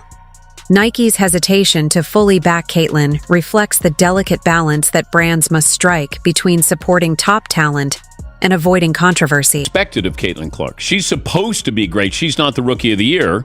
Angel Reese is, because that's a surprise, which to me is wrong. Should LeBron not have won the Rookie of the Year? Because he was supposed. Despite her best efforts to elevate the WNBA, Caitlin Clark has faced significant backlash from both the league and some of her fellow players. This backlash raises important questions about why Caitlin is so misunderstood. From the outside, it might seem puzzling Caitlin has brought nothing but positive attention to the WNBA, increasing viewership, improving player conditions, and advocating for the league's future. So why does she face such hostility? Many players spend years working to achieve the kind of recognition that Caitlin has garnered in a short period of time, and this can create feelings of jealousy and frustration. For players like A'ja Wilson, who have been in the league longer and have worked hard to build their reputations, Caitlin's success can feel like a threat. Her move to Europe presents both a personal and league-wide turning point. The contract offers her a fresh start, away from the hostility she's faced in the WNBA. Europe provides financial stability and the chance to grow her career on a global stage, but her departure could the league versus Caitlin Clark, and that is just absolutely false. It is unfair to the women that have been there building this league to this moment so that Caitlin Clark's popularity could take it to the next level. Even 3 years ago, you would not talk about the W at this level. Don't do that. Guys. Nobody was, Monica. You making Stephen A. point, Monica. Monica, you making Stephen A. Monica McNutt just made herself look silly live on air speaking about Caitlin Clark. She said we need to acknowledge the other players in the league rather than giving Caitlin all the credit for breaking attendance records. Monica said there has been way better players before Caitlin, who hadn't got nearly as much credit or viewership. Response of folks that don't think she is praised enough and she is above reproach in terms of criticism, or that praising another player is an affront to her is like, whoa, bro. Like, also, like, you're not mentioned talking about women's basketball. I've never ever seen you before in my life. Like, It's obvious the agenda the media has on Caitlin Clark, yet she still doesn't respond to the critics. Instead, she plays her basketball and breaks records like they are going out of fashion. Caitlin continues to make these analysts look silly, knocking them down one by one, whilst us fans are watching them get proved wrong time and time again. Stephen A., respectfully, with your platform, you could have been doing this 3 years ago if you wanted to. All right, we gotta go. Stephen A., I'm talking to you. I'm talking to you. Wow. Don't do that. I'm talking to you about the power that you have. Really You appreciate missed, my girl, but you've missed a lot of episodes of First. Caitlin Clark's meteoric rise in the WNBA has been nothing short of spectacular. But as is often the case with stardom, not everyone's been eager to hand her the crown. While her talent and record-breaking performances have made headlines, her journey to being recognized as one of the league's brightest stars has been filled with heated debates and plenty of controversy. ESPN's panels have become battlegrounds, with analysts like Monica McNutt and Molly Karam offering differing opinions on Clark's impact. McNutt, at one point, leaned toward other rookies for top honors, while Karam seemed hesitant to fully embrace Clark's success, sparking further discussion. Of the year is going to go based on the standing. Okay. Because I think that is how you have the opportunity to measure impact. And the sky's right above And them. the Sky right now are in the playoffs, so you'd have to give the nod in my mind to Angel. McNutt, who had initially thrown her support behind Angel Reese for Rookie of the Year, was one of the loudest voices during the early part of the season. McNutt's reasoning was pretty clear at the time. She felt that Angel Reese's performance, especially with the Chicago Sky being in a better position than the Indiana Fever in the standings, made her the standout rookie. McNutt wasn't shy about voicing her belief that Reese had all the tools to win the Rookie of the Year award, and that Caitlin Clark, while talented, wasn't quite on that level yet. She is cashed in, literally cashed in, but her attention, her notoriety is based off Caitlin Clark. She wins the national title. First thing she does, she mocks Caitlin Clark. And then she doesn't even celebrate with her teammates. So she's made it personal with Caitlin Clark. Then she's played off of that. Even Caitlin Clark getting knocked down in that game on Saturday, who's standing up applauding but Angel Reese? For McNutt, it seemed like a reasonable take at the time. Angel Reese had been playing well in ways that rookies rarely do, and her ability to impact both ends of the floor for the Chicago Sky gave her an edge over other first-year players. In comparison, the Indiana Fever were struggling, and while Clark had put up strong individual performances, her team's standing wasn't doing her any favors in the eyes of analysts like McNutt. Caitlin is fantastic, and I think she's going to have an incredible career in the WNBA. There are women that were worthy of coverage prior to her arriving, and I just will not be silenced when it comes. During an ESPN broadcast, McNutt had to change her mind about Caitlin, but in doing so, still remained to throw digs and not give her the utmost of respect. She acknowledged that Clark had proven herself to be one of the best players of the season, not just among rookies, but in the entire league.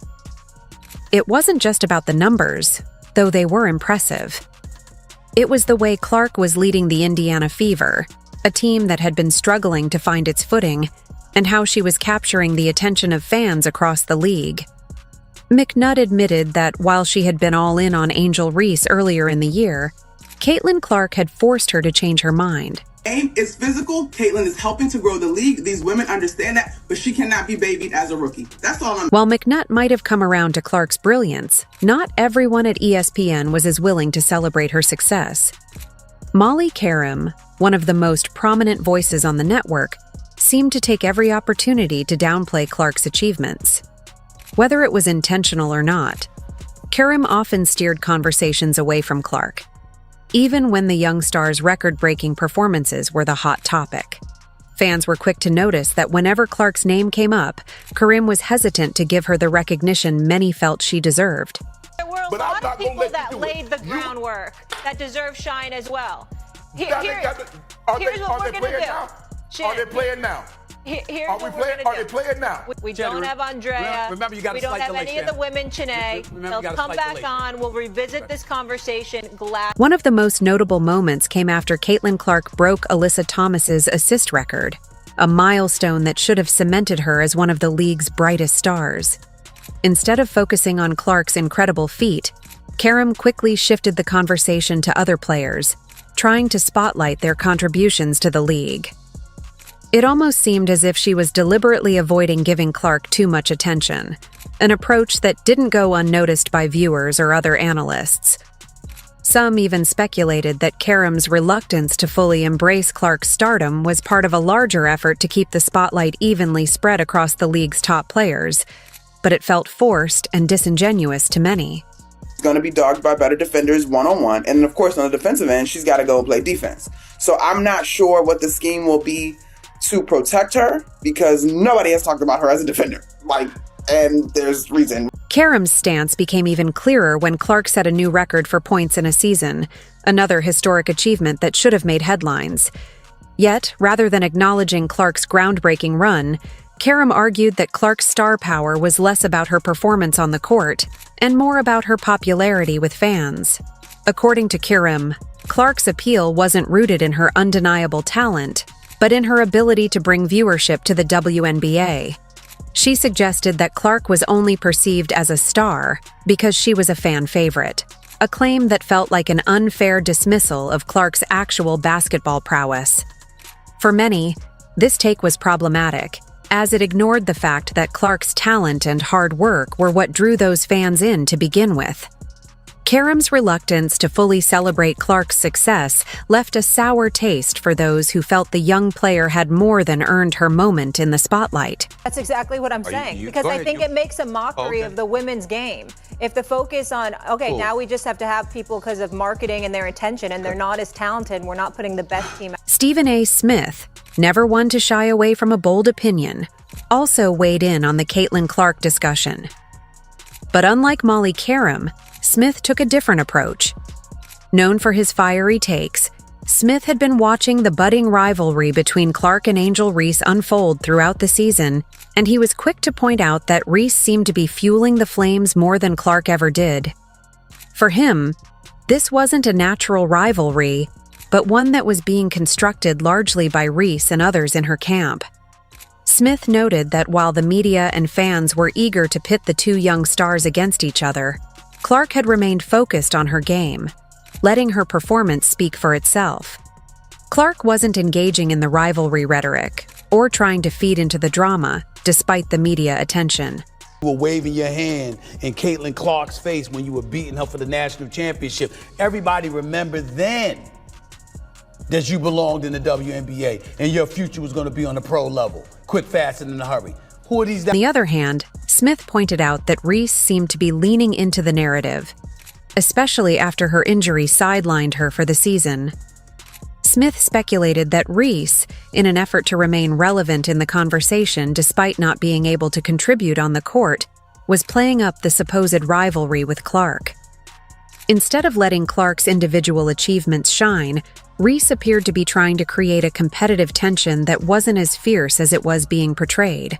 For Smith, it was clear that Reese was using the rivalry as a tool to stay in the spotlight while Clark was letting her game do all the talking. But as the season unfolded, fate intervened. Cracks began to show in Reese's game, whilst Caitlin seemed to be just getting better and better, game by game. Angel Reese also suffered a wrist injury that cut her season short, sidelining her for the remainder of the year. Whilst fans thought she could be faking it, take an injury, let's be real. I literally played with my ankle like a golf ball, like a little golf ball when we played against Iowa. And pain, I'm hurt when I can't play. They don't have to tell me you shut down, you can't play. That's what they was telling me yesterday, you shut down, you can't. Smith also addressed the ongoing criticism that Caitlin Clark was only popular because of her large fan base, a notion that had been pushed by analysts like Molly Karam. He rejected this entirely, arguing that Clark's talent was undeniable and that anyone trying to downplay her skills was simply missing the point.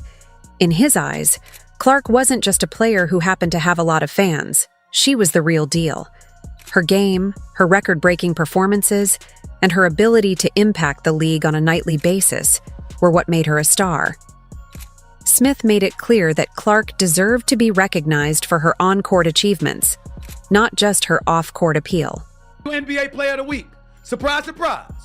Indiana Fever rookie sensation, Caitlin Clark.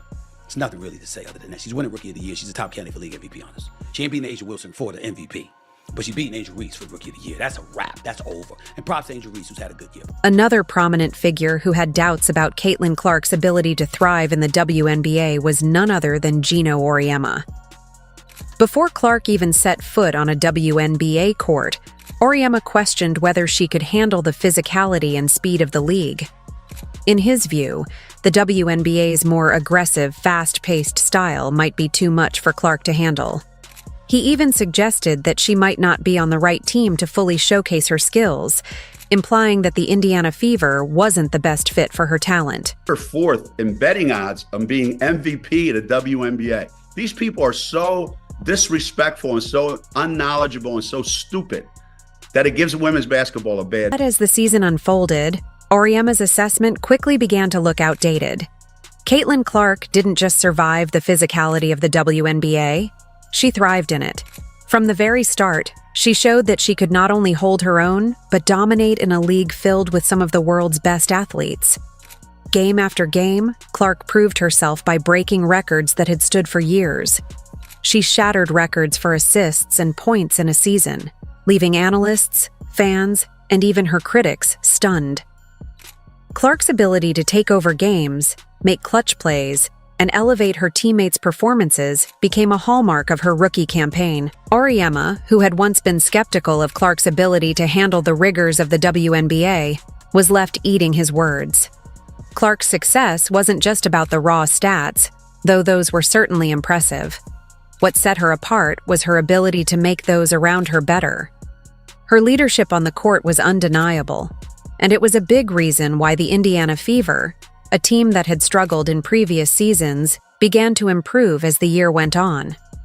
By the end of the season, even Auriemma had to admit that Clark had proven him wrong in a big way. She wasn't just surviving in the WNBA, she was excelling, and she was doing it on her terms. Caitlin Clark effect is definitely real. I mean, we can all see that. However, experiencing it in person is totally different. I was at the Fever and Indiana game last night, and the amount of 22s that I saw on the way to the arena and inside the Capital One Arena might as well have just been a home game for Caitlin Clark. Not Indiana, Caitlin Clark. The thing is, that didn't surprise me. But what did surprise me was how packed the game was. As the WNBA season drew to a close, there was no denying that Caitlin Clark had inserted herself into the MVP conversation. Stephen A. Smith, who had been one of Clark's biggest supporters throughout the season, was quick to recognize her as a legitimate candidate for the league's top honor. In his view, Clark's combination of individual brilliance and team leadership made her a clear contender, alongside established stars like A'ja Wilson. Smith, known for his fiery takes and unwavering confidence in his opinions, didn't hesitate to put Clark's name right up there with the league's elite players. And the Fever scored 110. That was a WNBA record. And on top of it all, she dropped 35. Caitlin Clark, and, obviously she lead the league in assists and all this other stuff. She's phenomenal. She just is. A'ja Wilson, who had been dominant in her own right, was undoubtedly deserving of MVP consideration. Her consistency and ability to take over games had cemented her as one of the WNBA's brightest stars for years. Yet, Smith argued that Clark's impact on the league as a rookie couldn't be overlooked. What Clark was doing on the court wasn't just impressive for a first-year player. It was impressive by any standard. She had brought a level of excitement and energy to the WNBA that few players, rookies, or veterans could match. Her ability to step into the spotlight, take on immense pressure, and deliver on a nightly basis proved that she belonged in the same conversation as seasoned stars like Wilson. Voice that I don't really listen to, honestly, because I'm in season. I have other things that we need to worry about than what other people have to say. I have a scout, I have 11 other minds on my team and in my locker room that we got to make sure that we're on the same mindset. So I really can't give you the best answer on that because I really don't pay any attention to it.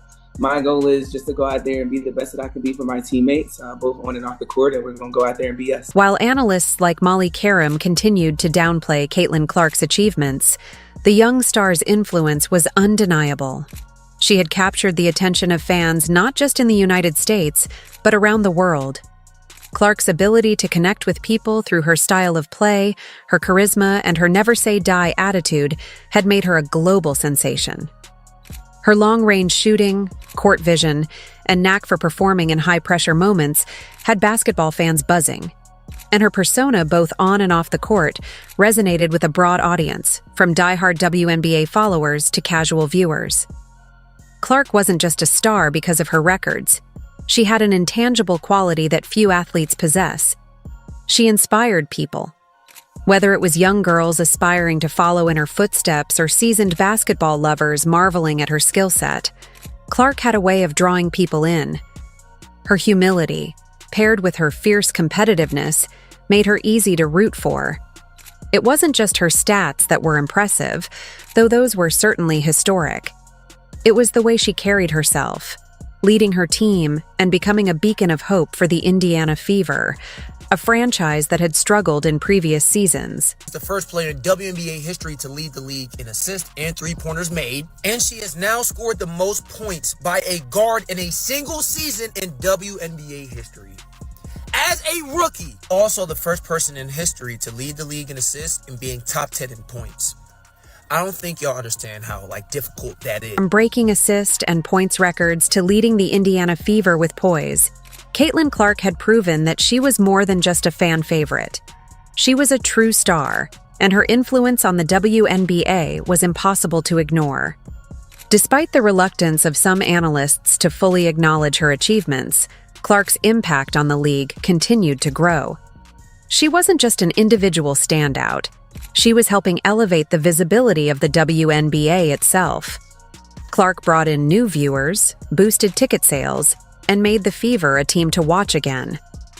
Her electrifying performances were sparking conversations, and those conversations were happening far beyond basketball circles. By the end of the season, it was clear that Caitlin Clark wasn't just one of the best rookies in the league. She was one of the best players. Period. Her record-breaking season spoke for itself, as she shattered expectations and raised the bar for what a rookie could accomplish. She had not only earned her place among the WNBA's elite, but she had also cemented herself as one of the